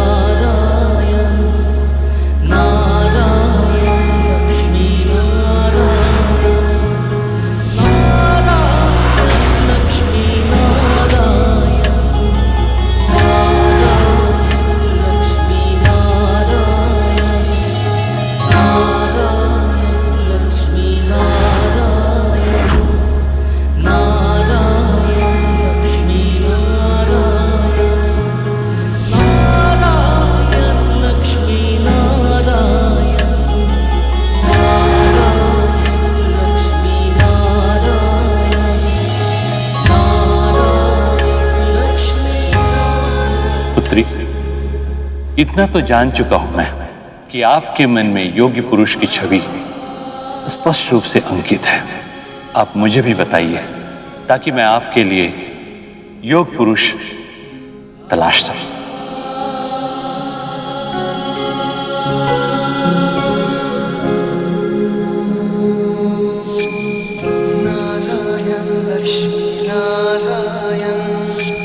हम क्या ढूंढे इस परम ब्रह्म को जो ये सारा संसार चलाए। ये विरह भी हरि की लीला थी, अन्यथा कैसे बिछड़े वो जो एक श्वास में लक्ष्मी नारायण कहलाए।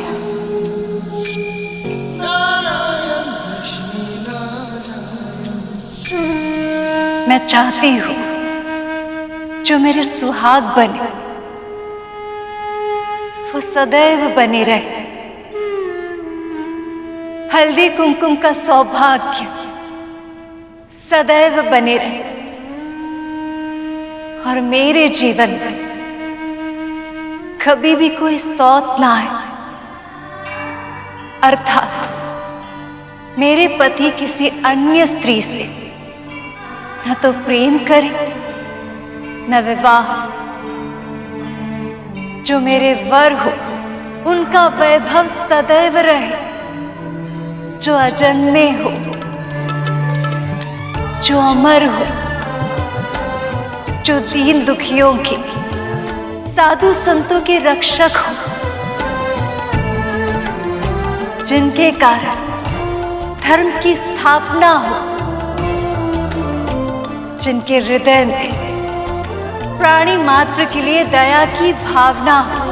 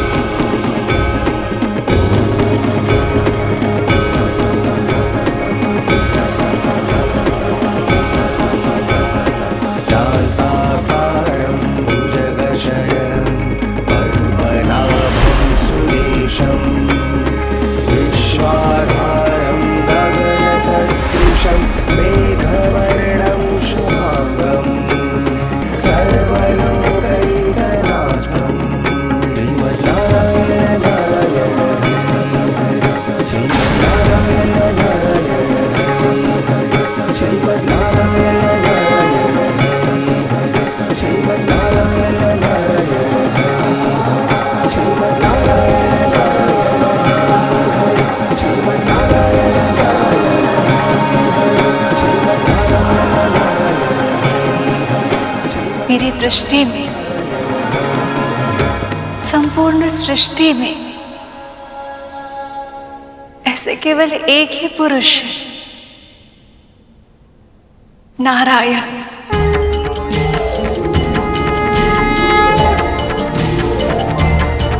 लेकिन मैं इनसे ये जानना चाहती हूँ, इनके जीवन में मेरा स्थान कहाँ होगा?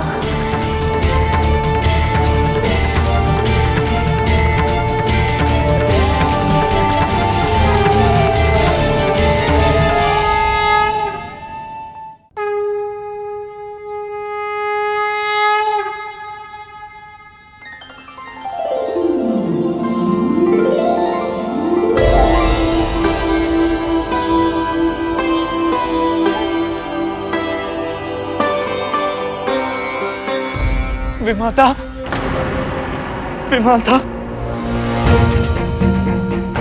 हमसे बहुत बड़ी भूल हो गई विमाता, हमें क्षमा कर दीजिए। ये क्या कर रहे हो तुम दोनों? उठो, उठो। क्षमा क्यों मांग रहे हो? सत्य ये है कि भगवान दत्तात्रेय ने आपसे पहले हमें दर्शन दिया था। हाँ विमाता, वो तो सिर्फ आपकी परीक्षा ले रहे थे। इसलिए जब भी आपको आवश्यकता थी हम सहायता करने का प्रयास करते थे। तभी हमें पता चला कि आप तो हमेशा से ही सही थी।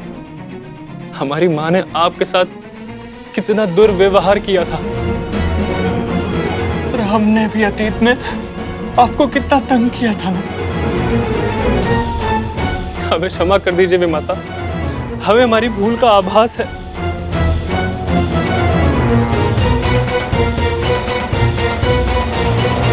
तुम दोनों को क्षमा मांगने की कोई आवश्यकता नहीं है। मैंने कुछ भी स्मरण नहीं रखा और ना ही बुरा माना है। यही तो आपके व्यक्तित्व का अद्भुत गुण है। आप कितनी अच्छी हैं, कितनी दयालु हैं। पर हमारी माँ इस योग्य नहीं कि हम। बस उनके बारे में कुछ भी बुरा मत बोलो। नहीं विमाता, अब सत्य कहने से हम भयभीत नहीं होंगे। केवल हमें ही ऐसा आभास नहीं हो रहा है, स्वयं भगवान दत्तात्रेय को भी ऐसा ही लगा था। इसलिए तो उन्होंने इस रोग का उपचार स्वयं ही कर दिया। कहना क्या चाहते हो तुम दोनों? अब से जब भी माता आपको सताएगी तो उनके चेहरे पर एक काला धब्बा बन जाएगा। दीदी रुक जाइए माता। यदि हम ये चाहते हैं हमारी माँ धर्म के पद पर लौट आए, तो यह आवश्यक है कि उन्हें यह दंड मिले, तभी तो वो अपनी भूल पहचान पाएंगी। इसलिए हम आपसे विनती करते हैं कि इस बारे में हमारी माँ को कुछ भी ना पता चले, और आपकी मुक्ति के बारे में तो बिल्कुल भी नहीं। हाँ वे माता, हम जानते हैं, और सत्य कहें तो हम दोनों भी यही चाहते हैं कि आपको इस यातना से शीघ्र ही मुक्ति मिल जाए। लेकिन ये तभी हो पाएगा जब आप इस बारे में किसी को नहीं बताएंगी। वचन दीजिए भी माता, आप इस बारे में कुछ नहीं कहेंगी।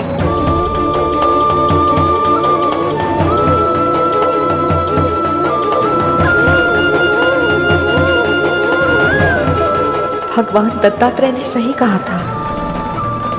मेरे सुख के दिन आरंभ हो गए हैं। बस किसी तरह मैं इस प्रसन्नता को शीघ्र ही अपने पुत्र के साथ बांट पाऊं। आपका केवल एक ही स्थान हो सकता है देव, मेरा हृदय, जो बहुत लंबे समय से आपकी प्रतीक्षा कर रहा है। यदि आप मुझे स्वीकार कर लें तो मैं आपके योग्य बनने का प्रयास अवश्य करूंगा। मुझ में कई गुण हैं देव, किंतु जिस सर्वश्रेष्ठ पुरुष की खोज आपको है वो मैं नहीं।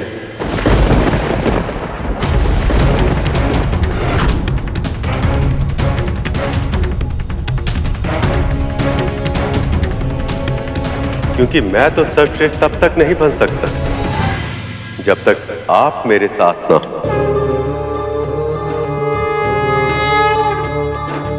आपके साथ के बिना मैं अधूरा हूं देव। आपका साथ ही मुझे पूर्ण बनाता। मेरा उत्साह आपकी मुस्कुराहट से, मेरा बल आपके प्रेम से। आपका पति बन मेरा सौभाग्य होगा देवी।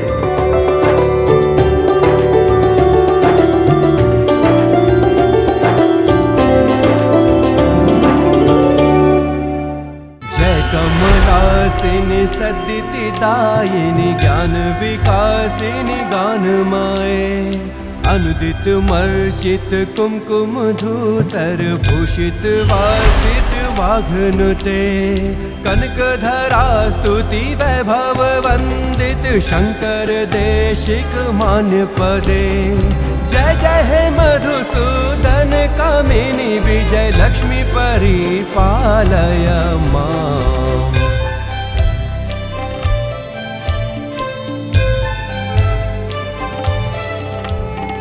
प्रणत सुरेश्वरी भारती भार्गवी शोक विनाशिनी रत्नमाए।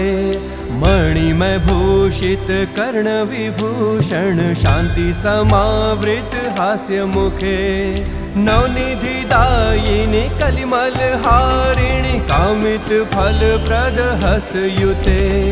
जय जय हे मधुसूदन कामिनी विद्या लक्ष्मी सदा पालय मां।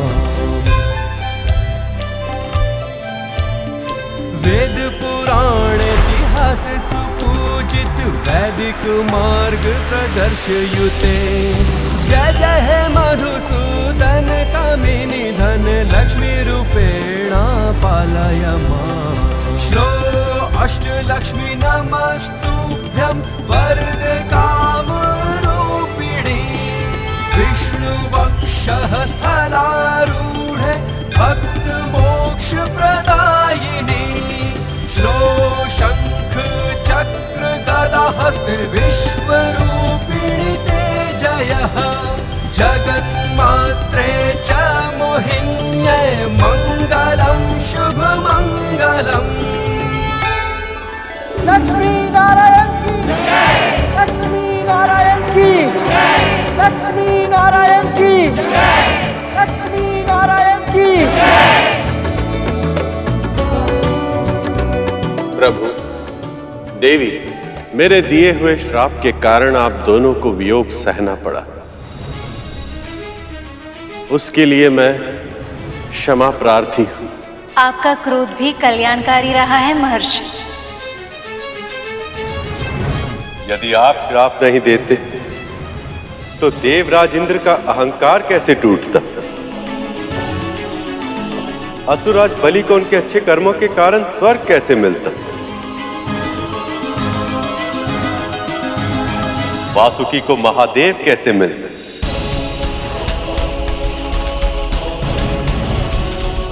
और संसार को वो अमृत कैसे मिलता जो शीघ्र ही उन्हें मिलने वाला? मिलने वाला है, मिलने वाला है, यही कह कहकर शर्म करवाए जा रहे हैं।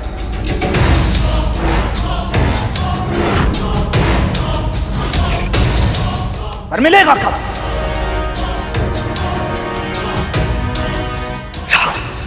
कितनी बार कहा तूने महर्षि दुर्वासा के सामने सोच समझ के बोला करो, कहीं ऐसा ना हो अमृत के स्थान पर तुम यहां से श्राप लेकर लौटो।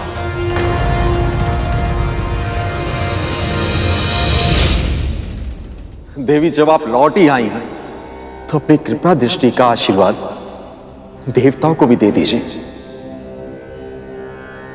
श्री के बिना इनके जीवन में ना ही कोई सुख है और ना ही कोई उल्लास।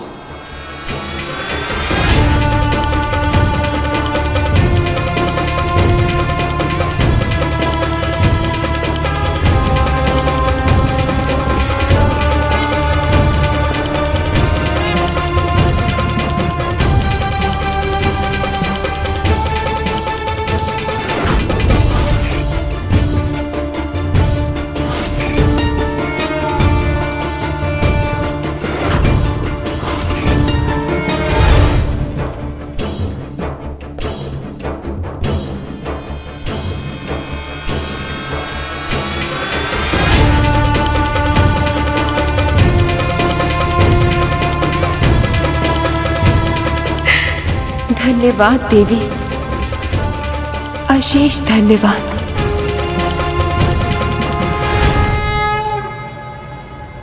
जितना भी प्रसन्न होना है हो लो इंद्र। अमृत मेरे हाथ लगने के बाद तुम्हारा और सभी देवताओं का अंत निश्चित है। विष्णु ने एक बार फिर से हमारे साथ पक्षपात किया है, किंतु इस बार मैं ये मंथन पूरा होने नहीं दूंगी।